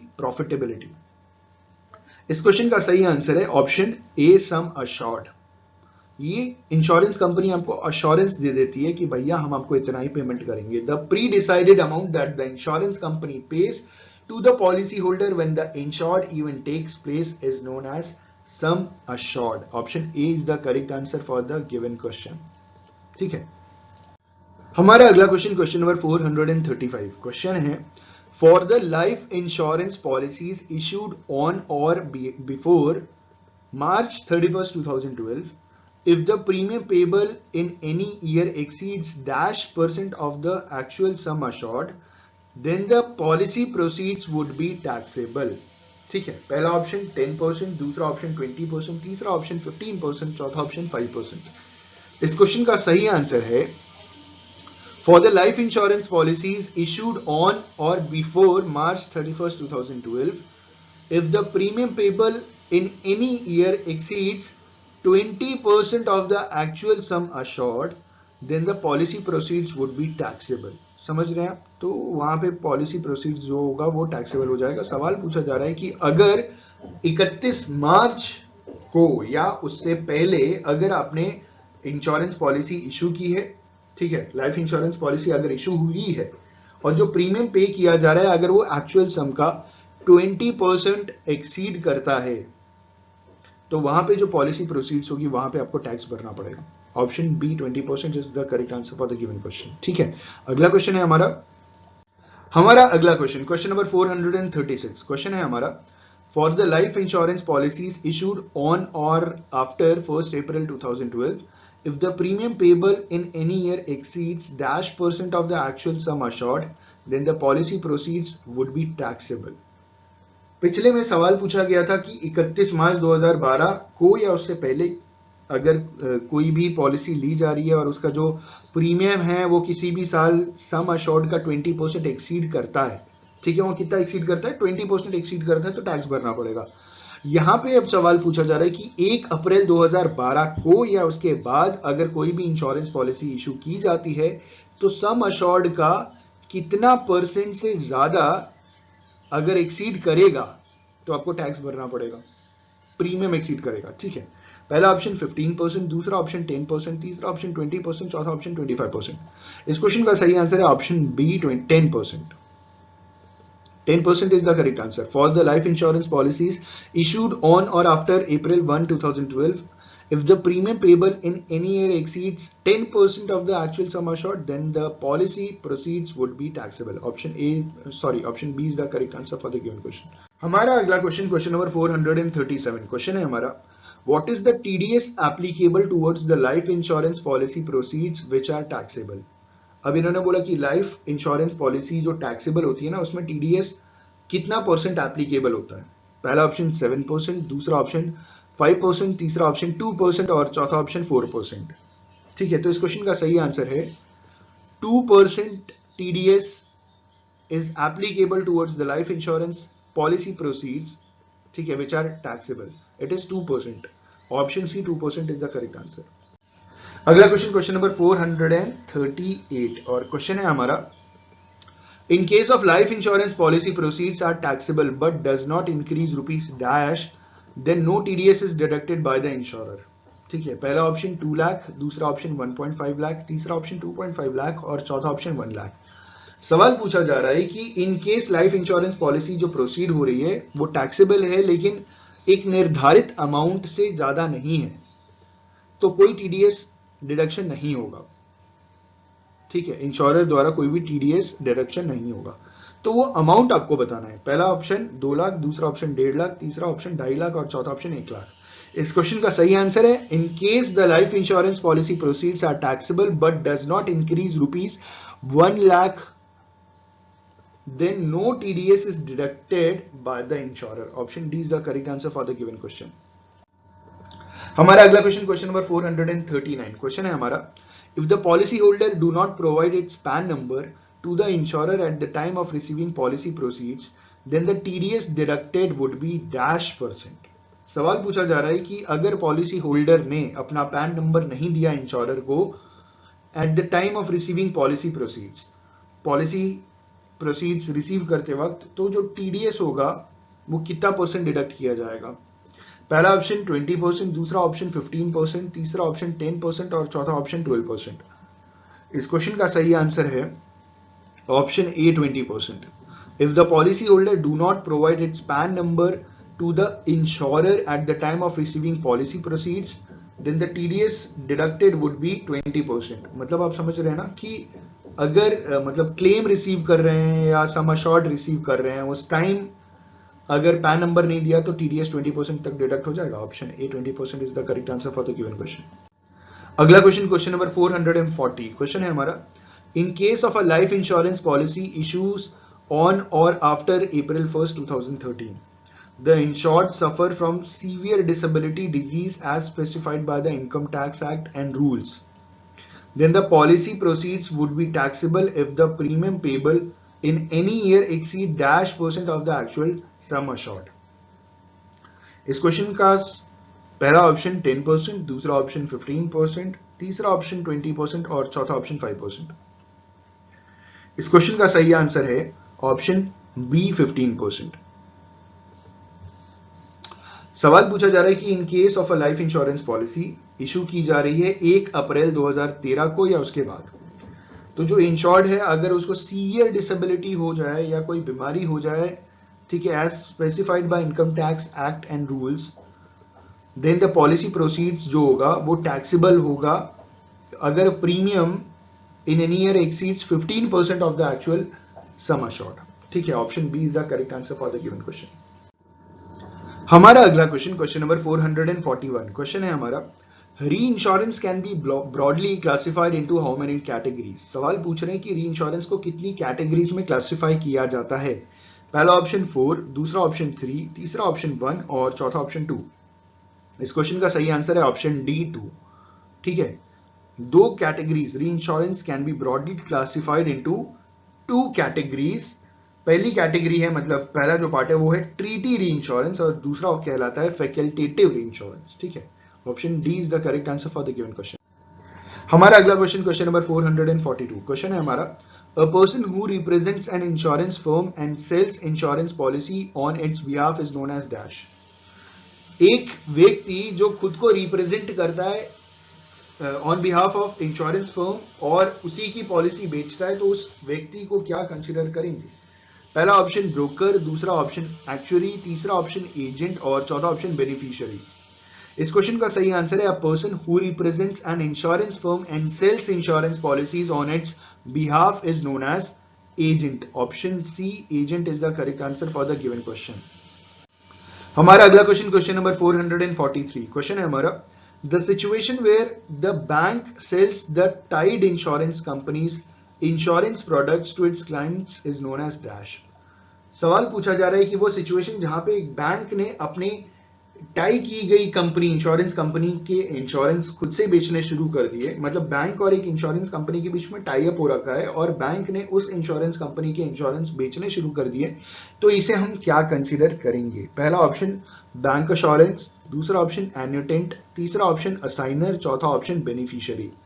इस क्वेश्चन का सही आंसर है ऑप्शन ए बैंक अश्योरेंस। अगर कोई बैंक इंश्योरेंस बेचता है तो उसे बैंक अश्योरेंस कहते हैं। Option A is the correct answer. अगला क्वेश्चन, क्वेश्चन नंबर 444। क्वेश्चन है हमारा, डैश इज द पर्सन और entity entitled to receive the claim amount upon the death of the insured और on the maturity of the policy. ठीक है, देखिए अगर death की बात की जाती तो बात अलग होती, लेकिन सवाल में इन्होंने ये भी बोला है कि डेथ के साथ साथ अगर मैच्योरिटी पे किसी व्यक्ति को, कोई व्यक्ति अगर एंटाइटल हो जाता है क्लेम रिसीव करने के लिए, तो उसे क्या कंसिडर करते हैं। पहला ऑप्शन लायबल, दूसरा ऑप्शन बेनिफिशियरी, तीसरा ऑप्शन एजेंट और चौथा ऑप्शन क्लेमेंट। इस क्वेश्चन का सही आंसर है option B beneficiary. Beneficiary is the person और entity entitled to receive the claim amount upon the death of the insured और on the maturity of the policy. Option B is the correct answer for the given question. उसे beneficiary consider करेंगे। हमारा अगला question, question number 445। Question है हमारा, the point beyond which the insurer cedes the risk to the reinsurer is called dash. सवाल ये पूछा जा रहा है कि एक ऐसा पॉइंट जिसके आगे एक इंश्योरर रिस्क री इंश्योरर को ट्रांसफर कर देता है, तो उस पॉइंट को क्या कंसीडर करते हैं। पहला ऑप्शन रिवाइवल पीरियड, दूसरा ऑप्शन होल्डिंग लिमिट, तीसरा ऑप्शन रिटेंशन लिमिट और चौथा ऑप्शन डिटेनमेंट लिमिट। इस क्वेश्चन का सही आंसर है The point beyond which the insurer cedes the risk to the reinsurer is called retention limit. Option C, retention limit is the correct answer for the given question. ठीक है, उसे retention limit कहते हैं कि insurer ने retain करके रखा एक लिमिट तक और उस पॉइंट के आगे क्या कर दिया, रीइंश्योरर को ट्रांसफर कर दिया. अगला क्वेश्चन, क्वेश्चन नंबर 446. क्वेश्चन है हमारा, the supplementary benefit added in the primary life insurance policy purchased by the insured is known as dash. सवाल पूछा जा रहा है कि जो सप्लीमेंट्री कुछ एडिशनल बेनिफिट ऐड कर दिया जाता है प्राइमरी लाइफ इंश्योरेंस पॉलिसी के साथ, उसे क्या कंसिडर करते हैं. पहला ऑप्शन सम अश्योर्ड, दूसरा ऑप्शन एन्युटी, तीसरा ऑप्शन क्लेम अमाउंट और चौथा ऑप्शन राइडर्स. इस क्वेश्चन का सही आंसर है option D, riders. The supplementary benefit added to the primary life insurance policy purchased by the insured is known as riders. Option D, rider is the correct answer. अब मैं बताऊं rider होता क्या है. आपने एक लाइफ इंश्योरेंस पॉलिसी ली, लेकिन अब आप चाहते हैं कि उसमें कुछ और चीजें ऐड हो जाए, तो इंश्योरर ने बोला ठीक है हम कुछ और रिस्क ऐड कर देते हैं या कुछ और फीचर्स ऐड कर देते हैं, लेकिन इसके लिए आपको कुछ एडिशनल प्रीमियम जमा करना पड़ेगा. और आप रेडी हो जाते हैं, ठीक है हम एडिशनल प्रीमियम देने के लिए तैयार हैं, कुछ और रिस्क इसमें ऐड कर दीजिए. ठीक है, तो ये जो आपने कुछ और रिस्क ऐड कराया, this is your supplementary benefit added to the primary life insurance policy. This is called rider. Option D सही जवाब. अगला क्वेश्चन, क्वेश्चन नंबर 447. क्वेश्चन है हमारा, under which of the following the insured receives a regular flow of income from the insurer post the maturity of the policy. सवाल ये पूछा जा रहा है कि इनमें से कौन सा ऐसा ऑप्शन है, ऐसा कौन सा प्लान है जहां पे एक इंश्योर्ड को मैच्योरिटी के बाद भी रेगुलर कुछ इनकम जनरेट होता रहता है, मतलब इंश्योरर आपको पे करता रहेगा. ठीक है, under which of the following the insured receives a regular flow of income from the insurer post the maturity of the policy. पहला ऑप्शन एडवर्स सिलेक्शन, दूसरा ऑप्शन सेटलमेंट ऑप्शन, तीसरा ऑप्शन एम्बेडेड वैल्यू और चौथा option deferred acquisition cost. इस question का सही answer है option B, settlement option. Settlement option is a condition in which the insured receives a regular flow of income from the insurer post the maturity of the policy. Option B, settlement option is the correct answer. हमारा अगला question, question number 448. Question है हमारा, the facility under which the insured person can ask the insurer to start the policy before an earlier date than the one on which he actually signs the policy is known as dash. सवाल ये पूछा जा रहा है कि एक facility जो insurer provide कराता है, जहां पे एक इंश्योर्ड जिस दिन पॉलिसी डॉक्यूमेंट साइन करता है, उस दिन इंश्योर्ड ये इंश्योरर को कहता है कि आज से कुछ दिन पहले से ही आप, मतलब जिस दिन उसने पॉलिसी डॉक्यूमेंट साइन किया ना, उसके कुछ दिन पहले से ही आप मेरी पॉलिसी आप स्टार्ट कर दो. ठीक है, जैसे आज 5 तारीख है, तो जो साइन किया आज 5 तारीख को, वो कह रहे हैं कि आप 1 ही तारीख से 4 दिन पहले से आप मेरी पॉलिसी स्टार्ट कर दीजिए. इसे क्या कंसीडर करते हैं? It's a facility provided by insurer to the insured. ठीक है, एक फैसिलिटी है. इसे क्या कंसीडर करते हैं? पहला ऑप्शन डेटिंग बैक, दूसरा ऑप्शन प्री पॉलिसी, तीसरा ऑप्शन प्रीसीड और चौथा ऑप्शन एनाक्रोनाइज. इस क्वेश्चन का सही आंसर है ऑप्शन ए, डेटिंग बैक. ठीक है, the facility under which the insured person can ask the insurer to start the policy from an earlier date than the one on which he actually signs the policy is known as dating back. Option A is the correct answer for the given question. हमारा अगला question, question number 449. Question है हमारा, in a life insurance policy, life insurance policy में the person entity gets proceeds from the policy in the event of a demise of the primary beneficiary at the same time as that of the insured is known as dash. सवाल पूछा जा रहा है कि life insurance policy में जो person या entity है, अगर मान लीजिए वो भी दुनिया छोड़ के चला गया, वो प्राइमरी बेनिफिशियरी था, ठीक है, अगर उसको कोई दिक्कत आ जाती है, वो पैसा नहीं ले सकता है, या मान लीजिए उसकी भी मृत्यु हो जाती है, किसी रीजन से वो ले नहीं पाता, तो अब हम जिसको बेनिफिट प्रोवाइड कराएंगे उसे क्या कंसीडर करेंगे? पहला ऑप्शन रैंडम बेनिफिशियरी, दूसरा ऑप्शन प्रोबेबल बेनिफिशियरी, तीसरा ऑप्शन कंटिंजेंट बेनिफिशियरी, चौथा ऑप्शन इंसिडेंटल बेनिफिशियरी. इसे कंसीडर करते हैं ऑप्शन सी, कंटिंजेंट बेनिफिशियरी. ठीक है, मान लीजिए एक फादर थे और उन्होंने अपनी वाइफ के नाम, मतलब हस्बैंड थे, उन्होंने अपनी वाइफ के नाम वाइफ को नॉमिनी बना दिया था, तो प्राइमरी बेनिफिशियरी कौन? वाइफ. लेकिन किसी रीजन से हस्बैंड और वाइफ दोनों की डेथ हो जाती है, तो अब मान लीजिए बच्चा 18 साल के ऊपर है, तो बच्चा बेनिफिशियरी बन गया एक हिसाब से, बिल्कुल वही बनेगा, उसी को क्लेम मिलेगा, तो उसे कहेंगे हम कंटिंजेंट बेनिफिशियरी। ठीक है, option C is the correct answer. अगला क्वेश्चन, क्वेश्चन नंबर 450 क्वेश्चन है हमारा, the first time default on premium payment by a policy holder is termed as dash. जब पहली बार कोई पॉलिसी होल्डर प्रीमियम नहीं दे पाता समय पे, डिफॉल्ट कर जाता है, तो उसे क्या कंसिडर करते हैं? पहला ऑप्शन फर्स्ट क्लास डिफॉल्ट, दूसरा option made in premium default, तीसरा ऑप्शन फर्स्ट डिफॉल्ट और चौथा ऑप्शन फर्स्ट अनपेड प्रीमियम। इस क्वेश्चन का सही आंसर है the first time default on premium payment by a policy holder is termed as first unpaid premium. Option D is the correct answer for the given question. Question number 451. Question है हमारा, which among the following is correct with respect to insurance? इनमें से कौन सा एकदम सही है insurance के लिहाजे से? पहला option prevent adverse situations from occurring, दूसरा make assets continuously productive, तीसरा reduce the financial consequences of adverse situations और चौथा negate all consequences of adverse situations। इस क्वेश्चन का सही आंसर है option C, reduce the financial consequences of adverse situations. जो adverse situations हैं उनका जो भी फाइनेंशियल कॉन्सिक्वेंस है उसे कम करता है insurance. Option C is the correct answer for the given question. हमारा अगला क्वेश्चन, क्वेश्चन नंबर 452 क्वेश्चन है हमारा, fidelity guarantee insurance policy covers losses due to fraud by. ठीक है, फिडेलिटी इंश्योरेंस किस लिए होता है? अगर आपको जानकारी है तो आप इस सवाल का जवाब दे सकते हैं। पहला ऑप्शन कस्टमर, दूसरा ऑप्शन एम्प्लॉय, तीसरा ऑप्शन सप्लायर और चौथा ऑप्शन बोरोवर। इस क्वेश्चन का सही आंसर है fidelity guarantee insurance policy covers losses due to fraud by employ. Option B is the correct answer for the given question. Employ के fraud द्वारा, employ की डिसऑनेस्टी द्वारा, मतलब इस चीज को कवर करने के लिए फिडेलिटी इंश्योरेंस होता है। Option B employ is the correct answer for the given question. हमारा अगला क्वेश्चन, क्वेश्चन नंबर 453 क्वेश्चन है हमारा, CTL is a loss in which the item insured is not totally destroyed but is so severely damaged that the insurance company considers it uneconomical to repair. What does CTL stands for? सवाल पूछा जा रहा है, CTL का full form बताना है। और CTL एक तरीके का लॉस होता है जहां पे जिस आर्टिकल को हमने इंश्योरेंस करा रखा है वो इतना बुरी तरीके से डैमेज हो गया कि उसे ठीक करा पाना एक हिसाब से महंगा पड़ जाएगा। ठीक है, तो ये जो CTL है इसे क्या कहते हैं, इसका फुल फॉर्म क्या है? पहला ऑप्शन है कंस्ट्रक्टिव टोटल लॉस, दूसरा ऑप्शन कॉन्ट्रीब्यूटरी टोटल लॉस, तीसरा ऑप्शन कॉन्ट्रैक्टर्स टोटल लॉस और चौथा ऑप्शन को इंश्योरर्स टोटल लॉस। ये जो CTL है ये पढ़ने को आपको मिलेगा मरीन इंश्योरेंस में। ठीक है, जहां पे एक्चुअली में लॉस होता नहीं है या बहुत कम लॉस होता है और उसका रिपेयर मेंटेनेंस बहुत ज्यादा हो जाता है। ठीक है, इस क्वेश्चन का सही आंसर है option A, constructive total loss. It is not a loss, लेकिन इसे मान लेते हैं कंस्ट्रक्टिव टोटल लॉस। एक एग्जांपल मैं आपको देता हूं मरीन इंश्योरेंस में।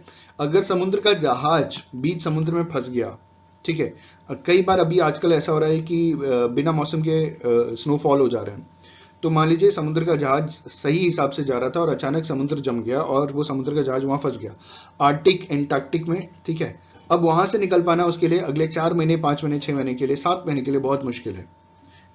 इन्होंने प्लान सही किया था, सही हिसाब से जा रहे थे, लेकिन वो ठंडी पहले पड़ गई और समुद्र का जहाज अटक गया, फंस गया। क्या एक्चुअली में कोई नुकसान हुआ? नहीं। इसे हम कहते हैं कंस्ट्रक्टिव टोटल लॉस।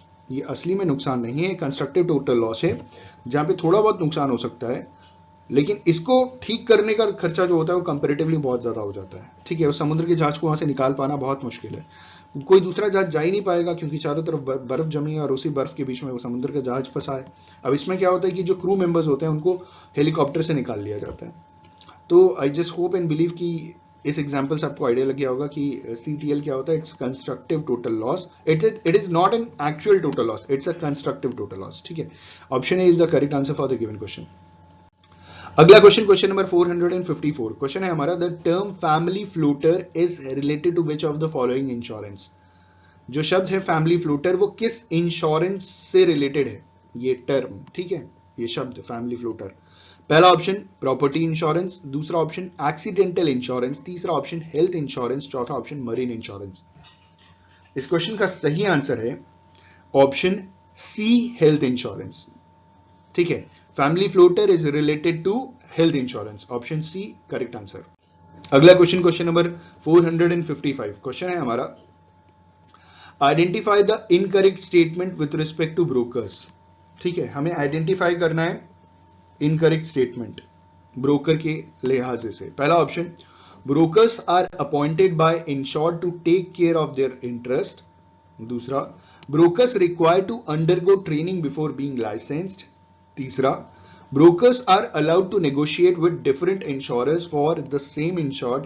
और चौथा, brokers should be registered companies or firms। इस क्वेश्चन का सही आंसर है जो स्टेटमेंट ब्रोकर्स के लिहाजे से एकदम गलत है वो है option D, brokers should be registered companies और फर्म्स। ठीक है, दिस इज रॉन्ग स्टेटमेंट। तो इस क्वेश्चन का सही आंसर है ऑप्शन डी, ब्रोकर के लिहाजे से ये एकदम सही नहीं है। तो यही सवाल पूछा था, ऑप्शन डी सही जवाब। अगला क्वेश्चन, क्वेश्चन नंबर 456, क्वेश्चन है हमारा the health insurance policy and a personal accident policy falls under which group of the insurance market. सवाल पूछ रहे हैं कि जो हेल्थ इंश्योरेंस पॉलिसी है और जो पर्सनल एक्सीडेंट पॉलिसी है वो किस ग्रुप में आती है इंश्योरेंस मार्केट के। पहला, both are life insurance product. दूसरा, both are non life insurance product. तीसरा है life insurance for health and non life insurance for personal accident. और चौथा है non life insurance for health and life insurance for personal accident. इस question का सही answer है option B, both are non life insurance. देखिए, life insurance का मतलब जहां मरना तय है, मरने के बाद ही क्लेम मिलेगा, वो लाइफ इंश्योरेंस। ऊपर बात कर रहे हैं हेल्थ इंश्योरेंस। अगर किसी इंसान ने हेल्थ इंश्योरेंस कराया है और अगर उसकी डेथ हो जाती है तो कोई क्लेम नहीं मिलेगा। Health insurance medical facility, medical treatment से रिलेटेड है। अगर उसमें कोई मर जाता है तो कोई क्लेम नहीं मिलने वाला, वो लाइफ इंश्योरेंस में मिलता है। ठीक है, तो हेल्थ इंश्योरेंस भी नॉन लाइफ इंश्योरेंस हो गया। और पर्सनल एक्सीडेंट जो पॉलिसी है ये जो है ये भी non life, both are non life insurance product, ये भी नॉन लाइफ की कैटेगरी, ये जनरल इंश्योरेंस का है, पर्सनल एक्सीडेंट पॉलिसी। ठीक है, option B is the correct answer for the given question. अगला क्वेश्चन है हमारा क्वेश्चन नंबर 457, क्वेश्चन है which among the following is a method of risk transfer। इनमें से कौन सा एक तरीका है रिस्क ट्रांसफर करने का। पहला ऑप्शन इंश्योरेंस, दूसरा ऑप्शन इक्विटी शेयर्स, तीसरा ऑप्शन रियल इस्टेट और चौथा option bank FD fixed deposit. इस क्वेश्चन का सीधा सा आंसर है option A, insurance. Insurance is the method of risk transfer. इसे एक डिवाइस भी कहा जाता है, इसे एक टूल भी कहा जाता है। ठीक है, कई बार क्वेश्चन में पूछ लेते हैं, बहुत सारे स्टूडेंट्स ने मुझसे ये सवाल भी पूछा है कि सर रिस्क ट्रांसफर करने का टूल क्या है, तो इट इज इंश्योरेंस। या रिस्क ट्रांसफर करने का मेथड क्या है, it is insurance. Option A is the correct answer. अगला क्वेश्चन, क्वेश्चन नंबर 458, क्वेश्चन है हमारा a company's decision to take responsibility for a particular risk it faces as opposed to transferring the risk over to an insurance company is known as dash। सवाल पूछा जा रहा है कि company एक decision लेती है कि वो to take responsibility for a particular risk it faces, वो इंश्योरेंस नहीं कराएगी और जो भी रिस्क है वो खुद के ऊपर फेस करेगी, तो इसे क्या कंसिडर करते हैं। पहला ऑप्शन रिस्क कंट्रोल, दूसरा ऑप्शन रिस्क फाइनेंसिंग, तीसरा है रिस्क रिटेंशन और चौथा है रिस्क अवॉइडेंस। इस क्वेश्चन का सही आंसर है ऑप्शन सी, रिस्क रिटेंशन। आपने रिस्क रिटेन करके रखा है अपने ऊपर, कोई दिक्कत आएगी that then you are going to face it. A company's decision to take responsibility for a particular risk it faces as opposed to transferring the risk over to an insurance company is known as risk retention. Option C is the correct answer for the given question. अगला question, question number 459, question है हमारा which among the following lowers the cost of your insurance। इनमें से कौन सा हमारे insurance का cost कम कर देता है। ठीक है, पहला ऑप्शन री इंश्योरेंस, दूसरा ऑप्शन को इंश्योरेंस, तीसरा ऑप्शन रीबेट और चौथा ऑप्शन डिडक्टिबल्स। इस क्वेश्चन का सही आंसर है option D, deductibles. Deductibles lowers the cost of insurance. ठीक है, deductibles, option D is the correct answer. अगला क्वेश्चन, क्वेश्चन नंबर 460, क्वेश्चन है हमारा the dash is the premium paid by policy holder for life insurance.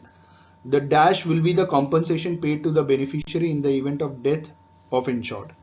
ठीक है, पहला option lower higher, दूसरा option higher higher, तीसरा ऑप्शन हायर लोअर, चौथा option higher faster. इस क्वेश्चन को मैं आपको आंसर बता देता हूं, क्योंकि सारे ऑप्शन बार बार पुट करके रीड करने में वीडियो बहुत लंबा हो जाएगा, तो मैं आपको बता देता हूं। इस क्वेश्चन का सही आंसर है ऑप्शन बी। अब मैं इसे पुट करता हूं। Option B is the correct answer for the given question. The higher is the premium paid by policy holder for life insurance, the higher will be the compensation paid to the beneficiary in the event of death of insured. समझ रहे हैं आप? जितना ज्यादा आप premium भरेंगे उतना ज्यादा बेनिफिशियरी को कॉम्पनसेशन मिलेगा।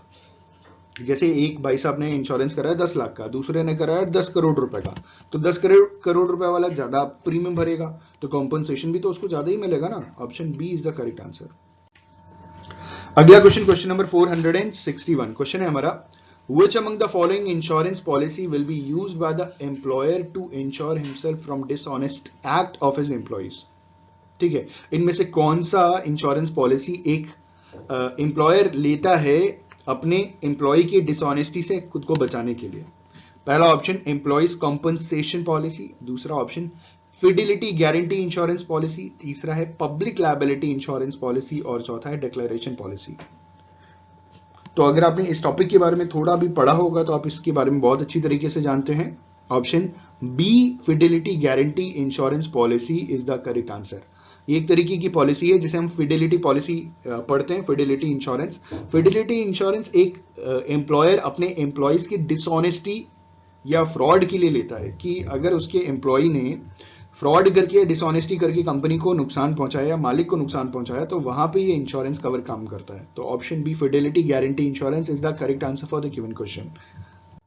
हमारा अगला क्वेश्चन, क्वेश्चन नंबर 462। क्वेश्चन है हमारा, in case of marine insurance which of the given represents the body of the ship. Marine insurance में इनमें से कौन सा शिप की बॉडी को रिप्रेजेंट करता है? ठीक है, पहला ऑप्शन कार्गो, दूसरा ऑप्शन जेटिसन, तीसरा ऑप्शन हल, चौथा ऑप्शन एंकर।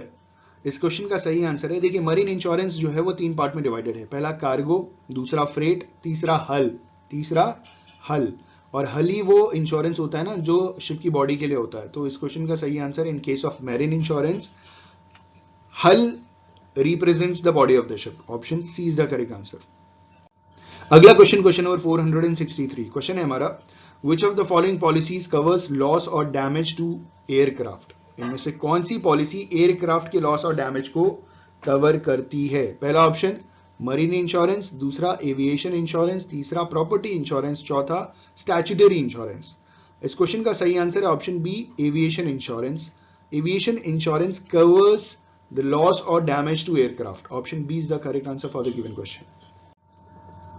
हमारा अगला क्वेश्चन, क्वेश्चन नंबर 464। क्वेश्चन है हमारा, the consequential loss that is fire insurance offers covers to dash. ठीक है, द कॉन्सिक्वेंशियल लॉस इंश्योरेंस जो होता है ना, वो जो फायर में बेसिकली होता है, वो किस चीज को कवर करता है? ठीक है, पहला ऑप्शन है लॉस ऑफ गुडविल, दूसरा ऑप्शन है loss due to fluctuations in foreign exchange, तीसरा है loss due to wear and tear of machinery और चौथा है loss of profit in business due to the damage of property insured. इस question का सही आंसर है option D loss of profit in business due to damage to the property insured. तो यहां पे कॉन्सिक्वेंशियल लॉस पॉलिसी आती है। Example के तौर पे समझिएगा कि आपकी एक फैक्ट्री है, ठीक है, आपने क्या कर रखा है, वहां पे रॉ मटेरियल्स खरीद रखे हैं, वहां पे प्रोसेस्ड फिनिश गुड्स हैं, बहुत सारी चीजें हैं, वहां पे मशीनरीज भी हैं, सब कुछ है वहां पे। अब हुआ क्या कि आपकी फैक्ट्री में आग लग गई। अब फैक्ट्री चली गई, रॉ मटेरियल चला गया, सब कुछ चला गया। इसका कॉन्सिक्वेंस क्या होगा? इसका कॉन्सिक्वेंशियल जो लॉस है ना, जो ये सवाल पूछा जा रहा है वो ये है कि एक तो आपका फैक्ट्री गया, मशीनरी गई, रॉ मटेरियल, फिनिश गुड सब चले गए। अब क्या है कि उसका जो कॉन्सिक्वेंस ये होगा कि आपके जो वर्कर्स हैं, जो एम्प्लॉयज हैं, वो सारे के सारे अनएम्प्लॉयड हो गए। उनका कौन पैसा भरेगा? तो कॉन्सिक्वेंशियल लॉस पॉलिसी वहां पे आपको कॉम्पनसेशन देती है तब तक जब तक आपकी फैक्ट्री वापस शुरू नहीं हो जाती अपने एम्प्लॉयज को देने के लिए। This is consequential loss policy. और यहां पे आंसर दिया था loss of profit in business due to damage to the property insured. Option D is the correct answer for the given question. अगला क्वेश्चन, क्वेश्चन नंबर 465। क्वेश्चन है हमारा, the premium to be paid in burglary is decided on the basis of which of these factors. जो burglary insurance होता है उसमें जो premium पे किया जाता है ना, वो किस फैक्टर के बेसिस के ऊपर निश्चित किया जाता है, डिसाइड किया जाता है। ठीक है, पहला ऑप्शन है सिक्योरिटी मेजर्स, दूसरा ऑप्शन लोकेशन ऑफ प्रेमाइसेस, तीसरा ऑप्शन नेचर ऑफ प्रॉपर्टी और चौथा option all of the above. इस क्वेश्चन का सही आंसर है option D, all of the above. सारी चीजें देख करके प्रीमियम तय किया जाता है। हमारा अगला क्वेश्चन, क्वेश्चन नंबर 466, क्वेश्चन है हमारा CAR इंश्योरेंस पॉलिसी। ये व्हीकल कार की बात नहीं कर रहे हैं, दूसरा कार है, ठीक है। CAR, इसी का फुल फॉर्म इन्होंने नीचे पूछा है, आप देखिएगा ऑप्शन में आपको मिलेगा, ठीक है। तो ये जो CAR इंश्योरेंस पॉलिसी है is a non standard insurance policy design to cover all the types of risk related to construction projects. Construction projects के लिए CAR इंश्योरेंस पॉलिसी ली गई है। सवाल पूछ रहे हैं CAR का फुल फॉर्म बताइए। पहला ऑप्शन कवरेज अगेंस्ट रिस्क, दूसरा कंस्ट्रक्शन एडेड रिस्क, तीसरा कॉन्ट्रैक्टर्स ऑल रिस्क और चौथा कंस्ट्रक्टर्स एडिशनल रिस्क। इस क्वेश्चन का सही आंसर है option C, contractors all risk, ठीक है। Car stands for contractors all risk और ये कॉन्ट्रैक्टर के लिए होती है। Option C is the correct answer for the given question. सही आंसर, बिल्कुल सही आंसर। अगला क्वेश्चन, हमारा अगला क्वेश्चन, क्वेश्चन नंबर 467। क्वेश्चन पूछा जा रहा है कि the money insurance policy cover risk related to. जो मनी इंश्योरेंस पॉलिसी है वो जो रिस्क कवर करती है वो किस चीज से रिलेटेड रिस्क को कवर करती है, ठीक है। पहला ऑप्शन कैश इन हैंड, दूसरा option money invested in mutual fund, तीसरा option money in banks saving deposit account और चौथा money held in post office deposit account, ठीक है। इस क्वेश्चन का सही आंसर है option A, cash in hand. The money insurance policy cover risk related to cash in hand. Option A is the correct answer for the given question, ठीक है। अगला question है हमारा 468, क्वेश्चन है the risks covered under a bankers indemnity insurance policy includes, ठीक है। पहला option है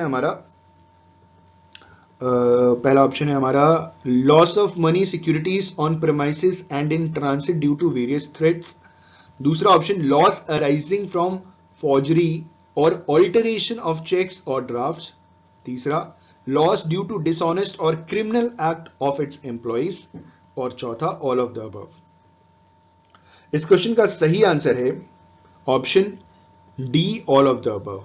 the risk covered under a bankers indemnity insurance policy includes, ये तीनों चीजें जो भी ऊपर दिया है, तो option D is the correct answer for the given question.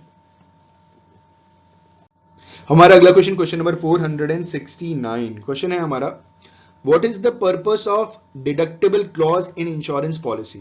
Insurance policy में डिडक्टेबल क्लॉज का मेन पर्पस बताइए। पहला ऑप्शन अवॉइड क्लेम पेमेंट, दूसरा ऑप्शन इंक्रीज द प्रीमियम, तीसरा eliminate payment of small claims और चौथा हैरेस द पॉलिसी होल्डर। इस question का सही आंसर है the purpose of deductible clause in insurance policy is to eliminate payment of small claims. Option C is the correct answer for the given question. अगला question, question number 470, question है हमारा who among the following decides whether to accept or not to accept the risk। इनमें से कौन decide करेगा कि risk accept करना है या नहीं करना। पहला ऑप्शन अंडरराइटर, दूसरा ऑप्शन सर्वेयर, तीसरा ऑप्शन एजेंट और चौथा ऑप्शन इंश्योर्ड। इस क्वेश्चन का सही आंसर है ऑप्शन ए, अंडरराइटर। अंडरराइटर एक्सेप्ट करता है या रिजेक्ट करता है, वो ये डिसाइड करता है कि इस रिस्क का इंश्योरेंस करना है या नहीं करना है। हमारा अगला क्वेश्चन, क्वेश्चन नंबर 471, क्वेश्चन है हमारा there are two types of risk burdens namely primary risk and secondary which an individual entity suffers, which among the following represents the secondary burden of risk। ठीक है, इनमें से कौन सा secondary burden of risk represent करता है। पहला option है हमारा maintaining reserves as a provision for meeting potential losses in the future, दूसरा है goods damage cost due to fire, तीसरा है लॉस इन बिजनेस कॉस्ट और चौथा है medical cost due to heart attack. इस क्वेश्चन का सही आंसर है option A, maintaining reserves as a provision for meeting potential losses in future. Option A is the correct answer for the given question. अगला question, question number 472, question है हमारा dash is the measure to reduce chances of occurrence of risk. इनमें से कौन सा एक major है ताकि जो रिस्क का ऑकरेंस है उसे कम किया जा सके। ठीक है, पहला ऑप्शन रिस्क रिटेंशन, दूसरा है रिस्क ट्रांसफर, तीसरा है रिस्क कंट्रोल और चौथा है रिस्क अवॉइडेंस। तो इस क्वेश्चन का सही आंसर है option C, risk control. Risk control is the measure to reduce the chances of occurrence of risk. ठीक है, हमारा अगला क्वेश्चन, क्वेश्चन नंबर 473। क्वेश्चन है हमारा, risk retention in insurance indicates a situation where dash.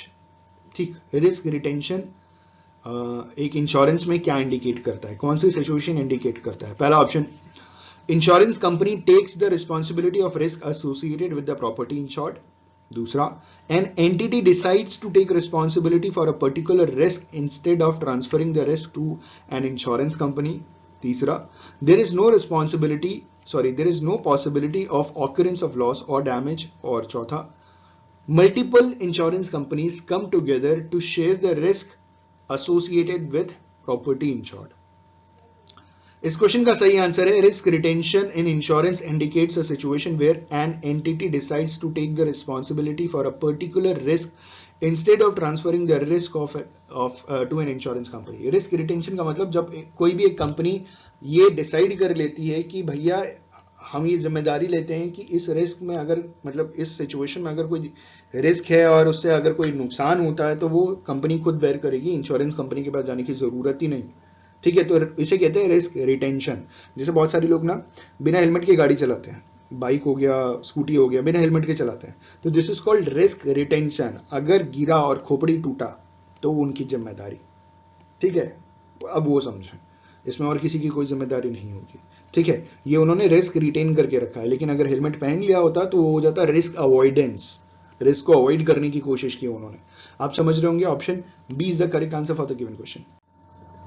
अगला question, question number 474। Question है हमारा, which among the following statements best defines an insurance.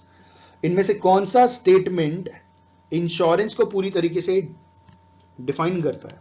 पहला option, insurance protects the asset insured. दूसरा है, insurance reduces possibility of loss.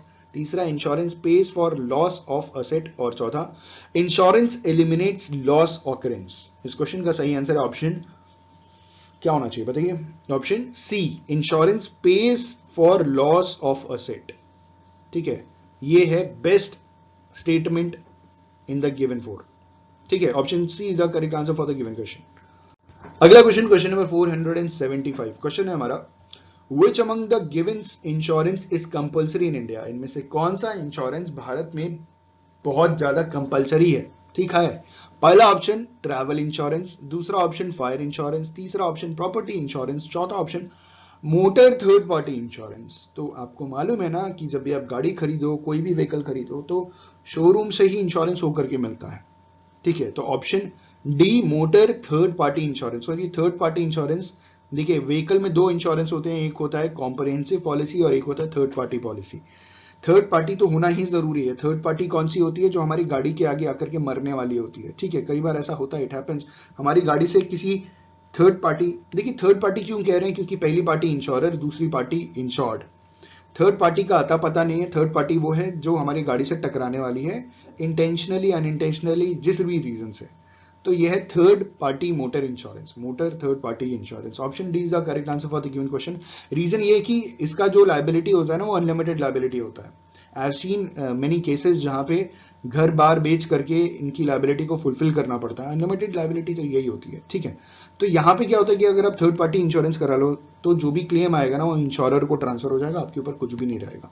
और ये हमारे देश में, इंडिया के अंदर बहुत ही ज्यादा कंपलसरी है। इसके बिना गाड़ी चलाना इलीगल है, बार बार बताया मैंने आपको। ठीक है, ध्यान रखिएगा। Option D is the correct answer for the given question. आज क्वेश्चन नंबर 476। क्वेश्चन है हमारा, IRDA monitors the policyholders' complaints and their progress in real time through IGMS expanded। सवाल पूछ रहे हैं कि IGMS को फुल फॉर्म बताइए, जहां पे IGMS के थ्रू IRDA मॉनिटर करता है पॉलिसी होल्डर की कंप्लेंट्स और उनके प्रोग्रेस को रियल टाइम में। ठीक है, तो हमें IGMS का फुल फॉर्म बताना है। हमारा पहला ऑप्शन है इंटीग्रेटेड ग्रीवियंस मैनेजमेंट सिस्टम, दूसरा ऑप्शन है इन्फॉर्म्ड ग्रीवियंस मैनेजमेंट सिस्टम, तीसरा ऑप्शन है इंटरफेस्ड ग्रीवियंस मैनेजमेंट सिस्टम, और चौथा है इंश्योरेंस ग्रीवियंस मैनेजमेंट सिस्टम। इस क्वेश्चन का सही आंसर है ऑप्शन ए, integrated grievance management system, IGMS का full form integrated grievance management system. Option A is the correct answer for the given question. हमारा अगला क्वेश्चन, क्वेश्चन नंबर 477, क्वेश्चन है हमारा, which among the following consumer disputes redressal agency entertains the complaints where the value of the goods or services and the compensation claimed does not exceed rupees 20 lakh। सवाल पूछा जा रहा है कि इनमें से वो कौन सी कंज्यूमर डिस्प्यूट्स रिड्रेसल एजेंसी है जो गुड्स एंड सर्विसेज 20 लाख के अंदर की कंप्लेंट्स को वो एंटरटेन करती है। ठीक है, 20 लाख से ज्यादा नहीं होना चाहिए, 20 लाख से कम ही होना चाहिए। ठीक है, पहला ऑप्शन नेशनल कमीशन, दूसरा है स्टेट कमीशन, तीसरा है डिस्ट्रिक्ट फोरम और चौथा है सिविल कोर्ट। इस क्वेश्चन का सही आंसर है option C, district forum. District forum में जो भी केसेस आते हैं ना, गुड्स एंड सर्विसेज के जो भी कंप्लेंट्स आते हैं, उनकी वैल्यू 20 लाख से ज्यादा नहीं होनी चाहिए। ठीक है, डिस्ट्रिक्ट फोरम। उसके बाद आता है स्टेट फोरम। स्टेट फोरम में कितना है? मेरे हिसाब से 1 करोड़ रुपए। और स्टेट फोरम के ऊपर है नेशनल कमीशन, नेशनल कमीशन में 1 करोड़ के ऊपर है। ठीक है, I just hope and believe कि एकदम सही जवाब हम आपको दे रहे हैं। आगे बढ़ते हैं, हमारा अगला क्वेश्चन है क्वेश्चन नंबर 478। क्वेश्चन है हमारा, the dash entertains complaints with the value of goods and services and compensation if any claimed exceed rupees 20 lakh but does not exceeds rupees 100 lakh। मतलब 20 लाख से 1 करोड़ के अंदर अंदर अगर कोई गुड्स और सर्विस का कॉम्पनसेशन का कोई क्लेम करता है तो कौन सी रिड्रेसल एजेंसी इसे एंटरटेन करती है? पहला ऑप्शन स्टेट कमीशन, दूसरा ऑप्शन डिस्ट्रिक्ट फोरम, तीसरा ऑप्शन नेशनल कमीशन, चौथा ऑप्शन सिविल कोर्ट। तो इस क्वेश्चन का सही आंसर क्या है? Option A, state commission. ठीक है, The state commission entertains complaints where the value of goods and services and compensation, if any, claimed exceeds rupees 20 lakh but does not exceed rupees 100 lakh। ठीक है, मैं आपको वापस एक बार रिवाइज करा देता हूं। डिस्ट्रिक्ट फोरम में 20 लाख से ऊपर नहीं होना चाहिए, स्टेट कमीशन में 20 लाख से 1 करोड़ के अंदर होना चाहिए, और नेशनल कमीशन में 1 करोड़ एंड अबव होना चाहिए। ठीक है, तो इस क्वेश्चन का सही आंसर है ऑप्शन ए, स्टेट कमीशन। अगला क्वेश्चन, क्वेश्चन नंबर 479। क्वेश्चन है हमारा, the national commission entertains complaints where the value of goods and services and compensation if any claimed exceeds rupees how much? अभी बताया आपको answer. We have 4 options. पहला option 5 crore, दूसरा option 1 crore, तीसरा option 2 crore and चौथा option 3 crore. इस क्वेश्चन का सही आंसर है, the national commission entertains complaints where the value of goods and services and compensation if any claimed exceeds rupees 1 crore. Option B is the correct answer. 1 crore exceed कर रहा है तो वो कहां जाएगा? तो वो नेशनल कमीशन जाएगा। डिस्ट्रिक्ट फोरम में कहां तक है? 20 लाख। स्टेट में कहां तक है? 20 से 1 करोड़ के बीच में, 20 लाख से 1 करोड़ के बीच में। और नेशनल कमीशन में कहां पे? 1 crore and above. Option B is the correct answer for the given question. हमारा अगला क्वेश्चन, क्वेश्चन नंबर 480। क्वेश्चन है हमारा, what is the time limit set for the complainant to approach an insurance ombudsman over the rejection of the complaint by the insurer? ठीक है, वो time limit हमें बतानी है जहां पे अगर हम अपने इंश्योरर को कोई कंप्लेन कर रहे हैं और हमारे इंश्योरर ने वो क्लेम रिजेक्ट कर दिया, तो हम इंश्योरेंस ombudsman में कितने दिनों के भीतर कितने दिनों के अंदर कंप्लेन कर सकते हैं? पहला ऑप्शन 3 मंथ्स, दूसरा ऑप्शन 6 मंथ्स, तीसरा ऑप्शन 1 ईयर और चौथा ऑप्शन 1 मंथ। इस क्वेश्चन का सही आंसर है, अगर आपका कंप्लेन आपका इंश्योरर रिजेक्ट कर देता है तो आप इंश्योरेंस ombudsman में विद इन 1 मंथ कंप्लेन कर सकते हैं। आपके पास टाइम लिमिट है कितना? सिर्फ 1 महीना। 1 महीने के अंदर आप कंप्लेन कर सकते हैं रिजेक्शन के बाद। ठीक है, option D is the correct answer for the given question. अगला क्वेश्चन, क्वेश्चन नंबर 481। क्वेश्चन है हमारा, the insurance regulatory and development authority IRDA was renamed as insurance regulatory and development authority of India in which year? IRDA का नाम IRDAI किस साल पड़ा? ठीक है, पहला ऑप्शन 2010, दूसरा ऑप्शन 2002, तीसरा ऑप्शन 2000 और चौथा ऑप्शन 2014। इस क्वेश्चन का सही आंसर है कि IRDA के नाम IRDAI इन द ईयर 2014 पड़ा।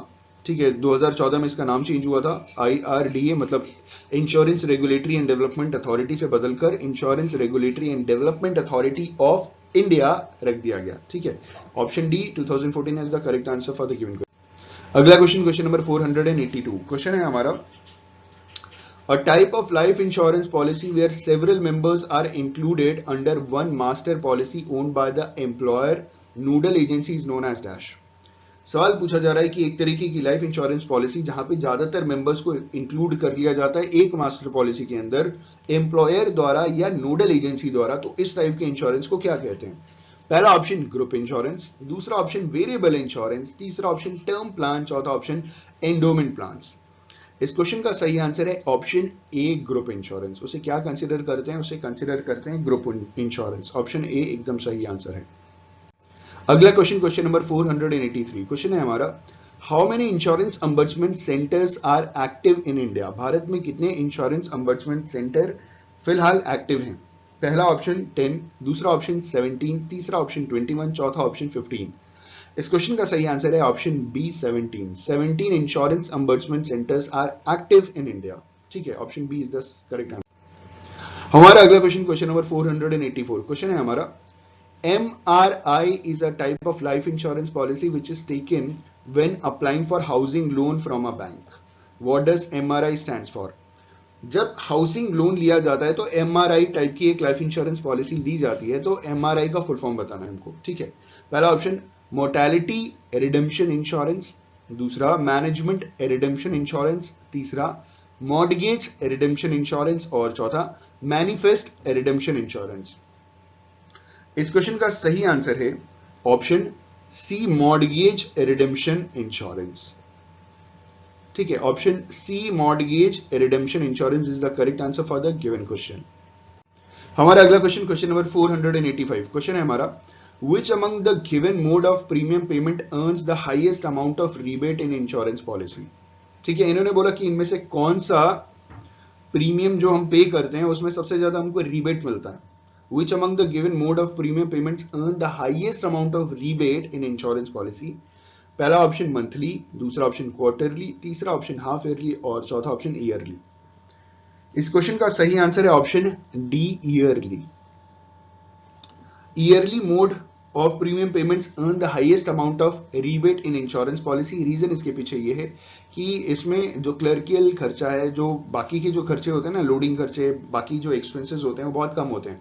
अगर आप हर महीने देंगे, हर महीने का रिसीट निकलेगा, हर महीने क्लर्क को काम करना है, एजेंट को काम करना है, बहुत सारे लोगों को काम करना है, तो हर बार कमीशन बनेगा, ये बनेगा, वो बनेगा। अगर आप ईयरली एक बार करोगे तो आपको बहुत रिबेट मिल जाएगा।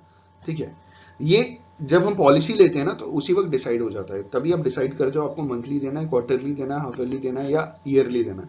आपने मंथली डिसाइड किया तो आपका कंपेरेटिव प्रीमियम थोड़ा ज्यादा होगा। जैसे मंथली में अगर आप दे रहे हो 2000 रुपीज, तो ईयरली में हो सकता है आपको 1800 ही देना पड़े। इतना डिफरेंस आ जाता है। तो option D is the correct answer for the given question. हमारा अगला क्वेश्चन, क्वेश्चन नंबर 486, क्वेश्चन है हमारा, a life insurance policy that provides for the payment of an additional amount equal to the sum assured in case of death of policyholder owing to an accident is known as dash। सवाल ये पूछा जा रहा है कि एक life insurance policy जहां पे अगर एक्सीडेंट में पॉलिसी होल्डर जो भी है, इंश्योर्ड जो है, उसकी अगर डेथ हो जाती है तो जितना भी सम अश्योर्ड है उसका दुगना मिलता है। तो इस टाइप की पॉलिसी का नाम क्या है? ठीक है, पहला ऑप्शन डबल एक्सीडेंट बेनिफिट, दूसरा ऑप्शन बोनस लोडिंग, तीसरा ऑप्शन नेट प्रीमियम बेनिफिट और चौथा ऑप्शन परमानेंट डिसेबिलिटी बेनिफिट। इस क्वेश्चन का सही आंसर है option A double accident benefit. Example के तौर पे अगर किसी ने 10 लाख रुपए का इंश्योरेंस कराया है और डबल एक्सीडेंटल बेनिफिट वाली पॉलिसी ली है, उसका अगर एक्सीडेंट में डेथ होता है तो उसे 10 लाख का कितना मिलेगा? जस्ट डबल मिलेगा, 20 लाख रुपए मिलेंगे। Option A is the correct answer for the given question. हमारा अगला क्वेश्चन, क्वेश्चन नंबर 487, क्वेश्चन है हमारा, Which among the following is one of the most important component for determining the insurance premium? इनमें से कौन सा एक बहुत इंपॉर्टेंट कंपोनेंट है, एक बहुत इंपॉर्टेंट चीज है जिसके बेसिस पे इंश्योरेंस का जो प्रीमियम है वो डिटरमाइन किया जाता है? पहला ऑप्शन इंटरेस्ट, दूसरा ऑप्शन बोनस लोडिंग, तीसरा ऑप्शन एक्सपेंसेस ऑफ मैनेजमेंट और चौथा ऑल ऑफ द अबव।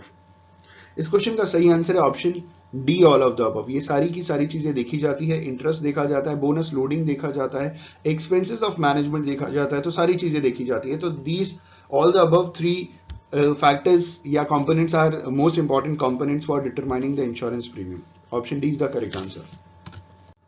हमारा अगला क्वेश्चन, क्वेश्चन नंबर 488, क्वेश्चन है हमारा, what do you understand by policy lapse? आप पॉलिसी लैप्स से क्या समझते हैं? पहला option discontinuation of premium payment for a policy, दूसरा completion of premium payment for a policy, तीसरा पॉलिसी अटेन्स मैच्योरिटी और चौथा policy is withdrawn from the market. इस क्वेश्चन का सही आंसर है option A, discontinuation of premium payment for a policy, that is called policy lapse. अगर आपने premium देना बंद कर दिया, 10 साल का आपने इंश्योरेंस कराया, 6 साल के बाद आपने प्रीमियम जमा करना बंद कर दिया, तो उसे कहते हैं पॉलिसी लैप्स। आपका इंश्योरेंस खत्म नहीं होगा, ठीक है, वो पॉलिसी जितने अमाउंट की आपने कराई थी उससे रिड्यूस होकर के जितना आपने पे कर दिया वहां तक आ जाएगी, तो इसे कहते हैं पॉलिसी लैप्स। ज्यादा जानकारी के लिए आप कमेंट कर सकते हैं, मैं कमेंट में आपको समझा दूंगा। आई जस्ट होप वैसे समझ में आ गया होगा। Option A is the correct answer for the given question, ठीक है। इसमें बस आप प्रीमियम नहीं जमा कर रहे हो एक निर्धारित समय के बाद, और 3 साल के अंदर अंदर अगर आप प्रीमियम भी देना बंद कर देते हैं, जैसे मिनिमम जो टाइम पीरियड है लाइफ इंश्योरेंस का वो 5 साल का है, आपने 3 साल 2.5 साल अगर आपने प्रीमियम जमा किया उसके बाद देना ही बंद कर दिया, तो 2.5 साल जो आपने प्रीमियम जमा किया वो भी पैसा चला जाएगा, वो वापस नहीं मिलने वाला। मिनिमम नियम है, जो रूल है वो ये है कि आपको 3 साल तक तो मिनिमम प्रीमियम जमा करना ही करना पड़ेगा। 3 साल के बाद, 3 साल जमा करने के बाद अगर आप आगे कंटिन्यू नहीं करते हैं प्रीमियम जमा करना, तो 3 साल जितना आपने जमा किया वो आपका सम अश्योर्ड बन जाएगा और टाइम पीरियड उतना ही रहेगा जितने साल का आपने इंश्योरेंस कराया, ठीक है। अगला क्वेश्चन, क्वेश्चन नंबर 489, क्वेश्चन है हमारा who bears the investment risk in case of ULIPs. ULIPs में जो इन्वेस्टमेंट का रिस्क है वो कौन बेयर करता है? पहला ऑप्शन इंश्योरर, दूसरा ऑप्शन इंश्योर्ड, ठीक है, तीसरा ऑप्शन IRDAI और चौथा option all of the above. इस क्वेश्चन का सही आंसर है ऑप्शन, क्या होना चाहिए इस क्वेश्चन का सही आंसर? इस क्वेश्चन का सही आंसर है insured. Insured bears the investment risk in case of ULIPs, ठीक है, option B is the correct answer. हमारा अगला क्वेश्चन, क्वेश्चन नंबर 490, क्वेश्चन है हमारा the term premium denote dash in relation to an insurance policy. सवाल पूछ रहे हैं कि जो इंश्योरेंस पॉलिसी के रिलेशन में टर्म प्रीमियम क्या डिनोट करता है, ठीक है। पहला option margins earn by an insurer on a policy, दूसरा profit earn by the insurer, तीसरा expenses incurred by an insurer और चौथा price paid by an insured for the policy. इस क्वेश्चन का सही आंसर है the term premium denotes price paid by an insured for the policy in relation to an insurance policy. Option D is the correct answer for the given question. हमारा अगला question, question number 491, question है हमारा what is the required charges that need to be paid for lodging the complaint with the insurance ombudsman। सवाल पूछ रहे हैं कि insurance ombudsman में अगर आप कंप्लेंट लॉन्च करते हैं तो आपको कितने चार्जेस देने पड़ेंगे, कितना पैसा लगेगा, कितना खर्चा आएगा आपका, ठीक है। पहला ऑप्शन 20,000 रुपीज, दूसरा option 20% of the relief sought, तीसरा है 10% ऑफ द रिलीफ सॉट और चौथा है निल। इस क्वेश्चन का सही आंसर है आपको 1 रुपया नहीं देना पड़ेगा, option D nil is the correct answer for the given question. हमारा अगला क्वेश्चन, क्वेश्चन नंबर 492, क्वेश्चन है हमारा Which of the given is not an example of insurable interest। इन चारों ऑप्शंस में से कौन सा इंश्योरेबल इंटरेस्ट का एग्जाम्पल नहीं है, ठीक है। पहला option father getting insurance policy on his son, दूसरा friends getting insurance on one another, तीसरा spouses getting insurance on one another और चौथा employer getting insurance on employees. इस क्वेश्चन का सही आंसर है option B friends getting insurance on one another. देखिए, क्योंकि यहाँ पे इंश्योरेबल इंटरेस्ट एक हिसाब से फाइनेंशियल इंटरेस्ट होता है, जहां पे फाइनेंशियल डिपेंडेंसी होती है, पैसे से डिपेंडेंट है, तो वहां पे आप इंश्योरेंस करा सकते हो और अपनी फैमिली में करा सकते हो, फैमिली के बाहर नहीं करा सकते, फ्रेंड्स का आप इंश्योरेंस नहीं करा सकते, ठीक है। तो option B is the correct answer for the given question. अगला क्वेश्चन, क्वेश्चन नंबर 493, क्वेश्चन है हमारा the premium paid for whole life insurance is dash to oblique than the premium for term insurance. सवाल पूछ रहे हैं कि जो premium पे किया जा रहा है होल लाइफ इंश्योरेंस का, वो टर्म इंश्योरेंस के प्रीमियम के बराबर होता है, कम होता है, ज्यादा होता है, नहीं बता सकते, क्या होता है, ठीक है। पहला ऑप्शन इक्वल, दूसरा ऑप्शन लोअर, तीसरा ऑप्शन हाइयर और चौथा option can not be determined. इस क्वेश्चन का सही आंसर है the premium paid for whole life insurance is higher to the premiums for term insurance, ठीक है। जो टर्म इंश्योरेंस से ज्यादा होल लाइफ इंश्योरेंस का प्रीमियम जमा करना पड़ता है। Option C higher is the correct answer for the given question. अगला क्वेश्चन है हमारा 494 क्वेश्चन है हमारा, the universal life policy was introduced by which country? जो यूनिवर्सल लाइफ पॉलिसी है वो किस देश ने शुरू किया था? पहला ऑप्शन यूनाइटेड स्टेट्स, दूसरा ऑप्शन यूनाइटेड किंगडम, तीसरा ऑप्शन जर्मनी और चौथा ऑप्शन फिलीपींस। इस क्वेश्चन का सही आंसर है the universal life policy was introduced by United states. Option A is the correct answer for the given question. ठीक है, यूनाइटेड स्टेट्स ने यह पॉलिसी इंट्रोड्यूस की थी। अगला क्वेश्चन, क्वेश्चन नंबर 495 क्वेश्चन है हमारा, if the policy holder who has bought a policy does not want it then he can return it and get a refund during the period called dash. सवाल पूछा जा रहा है कि अगर कोई पॉलिसी होल्डर है, उसने कोई पॉलिसी ली है और उसे पॉलिसी अब चाहिए नहीं, पॉलिसी रिटर्न करना चाहता है और अपना पैसा रिफंड में चाहता है, तो उसके पास जो समय होता है ना, जिस समय में ये काम किया जा सकता है, उस समय को क्या कहते हैं? ठीक है, पहला ऑप्शन लॉक इन पीरियड, दूसरा ऑप्शन फ्री लुक पीरियड, तीसरा ऑप्शन ट्रायल पीरियड, चौथा ऑप्शन इवैल्यूएशन पीरियड। इस क्वेश्चन का सही आंसर है option B free look period. इसे कहते हैं फ्री लुक पीरियड। जो भी टाइम दिया जाता है 14 टू 15 डेज का टाइम होता है और 14 टू 15 डेज के अंदर अंदर 14 से 15 दिन के अंदर अंदर वो अपनी पॉलिसी को वापस करके अपना सारा रिफंड ले सकता है। Option B is the correct answer. अगला क्वेश्चन, क्वेश्चन नंबर 496 क्वेश्चन है हमारा, the policy holder needs to appoint an appointee in which of these cases? जो पॉलिसी होल्डर है उसे अपॉइंटी की जरूरत किस कंडीशन में पड़ती है? ठीक है, पहला option if the insured is a minor, दूसरा if policy holder is mentally disabled, तीसरा if the nominee is a minor और चौथा ऑल ऑफ द अबव। तो इस क्वेश्चन का सही आंसर है option C if the nominee is a minor. अगर नॉमिनी माइनर है तो उस कंडीशन में policy holder needs to appoint an appointee. ठीक है, और माइनर का मतलब ये होता है कि जिसकी एज 18 साल से कम है उसे माइनर कंसिडर करते हैं इंश्योरेंस में। ठीक है, या कॉन्ट्रैक्ट एक्ट्स में। Option C is the correct answer for the given question. अगला क्वेश्चन, क्वेश्चन नंबर 497 क्वेश्चन है हमारा, Which among the following insurance policies do not have surrender value? इनमें से कौन सी इंश्योरेंस पॉलिसी में सरेंडर वैल्यू ही नहीं होता? पहला ऑप्शन मनी बैक पॉलिसीज, दूसरा ऑप्शन एंडोमेंट पॉलिसीज, तीसरा option unit linked insurance policies और चौथा ऑप्शन टर्म इंश्योरेंस। इस क्वेश्चन का सही आंसर है ऑप्शन डी, टर्म इंश्योरेंस में कोई सरेंडर वैल्यू नहीं होता, क्योंकि उसमें प्रीमियम आप एक बार भर करके खत्म, छुट्टी खत्म, खलास फिनिश। ठीक है, उसमें आपको बार बार प्रीमियम भरने की जरूरत नहीं होती। तो टर्म इंश्योरेंस में वन टाइम प्रीमियम पे किया जाता है नॉर्मली, तो इसमें सरेंडर वैल्यू नहीं होता। Option D is the correct. अगला क्वेश्चन, क्वेश्चन नंबर 498 क्वेश्चन है हमारा, Which section of the Insurance Act 1938 provides for the nomination of a nominee? Insurance act 1938 के किस सेक्शन में बताया गया है that nomination of a nominee के लिए? ठीक है, आप किसी नॉमिनी को नॉमिनेट कर सकते हैं। पहला ऑप्शन सेक्शन 12, दूसरा ऑप्शन सेक्शन 40, तीसरा ऑप्शन सेक्शन 27 और चौथा ऑप्शन सेक्शन 39। इस क्वेश्चन का सही आंसर है option D, section 39 of the insurance act 1938 provides for nomination of a nominee.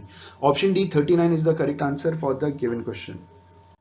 अगला क्वेश्चन, क्वेश्चन नंबर 499 क्वेश्चन है हमारा, what is the maximum length of the grace period granted in insurance policy?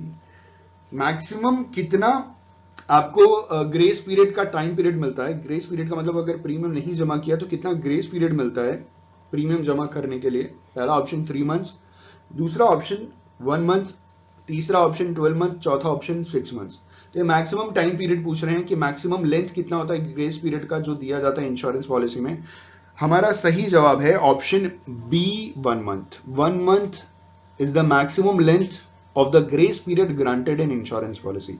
ठीक है, option B 1 month is the correct answer. हमारा अगला question, question number 500 question है हमारा, the insurance companies are required to process the claim as soon as they receive, and any additional queries or documents needed should be asked for within a period of dash from the date of receipt of claim। सवाल पूछा जा रहा है कि जो insurance companies हैं उनको कितने दिन के भीतर भीतर, जब उनको क्लेम रिसीव होता है ना, उनके कितने दिन के भीतर भीतर उनको सारा काम निपटाना होता है, और ये कितने दिन होते हैं जिसमें उनको सारा का सारा डॉक्यूमेंट्स सारा रिसीव कर लेना है। ठीक है, वो टाइम पीरियड कितना दिन होता है क्लेम के रिसीव होने के अंदर अंदर? पहला ऑप्शन 15 डेज, दूसरा ऑप्शन 1 वीक, तीसरा ऑप्शन 1 मंथ, चौथा ऑप्शन 2 डेज। इस क्वेश्चन का सही आंसर है ऑप्शन A 15 days. ठीक है. The insurance companies are required to process the claim as soon as they receive, and any additional queries or document needed should be asked for within a period of 15 days from the date of receipt of claim. कोई additional document चाहिए तो claim receive करने के 15 दिन के अंदर अंदर आप मांग सकते हो. ठीक है. Option A 15 days is the correct answer for the given question. इसी के साथ हमने 500 क्वेश्चंस कंप्लीट कर लिए. मुझे बहुत खुशी है कि हमने इतने सारे क्वेश्चंस कंप्लीट कर लिए. अगर आपने हमारे लास्ट कुल मिलाकर के 20 वीडियोस देखे हैं तो भरोसा कीजिए कि आपके पूरे 500 क्वेश्चंस तैयार हो गए हैं. और अगर आप इतने क्वेश्चंस की तैयारी करके एग्जामिनेशन में जाएंगे तो आपको कोई दिक्कत नहीं होगी, आप बहुत कॉन्फिडेंट रहेंगे. I just hope and believe कि ये 500 क्वेश्चंस बहुत बेनिफिशियल रहे होंगे आपके लिए. अगर ये वीडियो पसंद आए तो लाइक शेयर कमेंट करना ना भूलें, और आने वाले समय में इंश्योरेंस पे आपको और भी क्वेश्चंस मिलेंगे. ठीक है. Thank you so much. All the best for your examinations. Good luck, good day, tata, bye bye, have a nice day.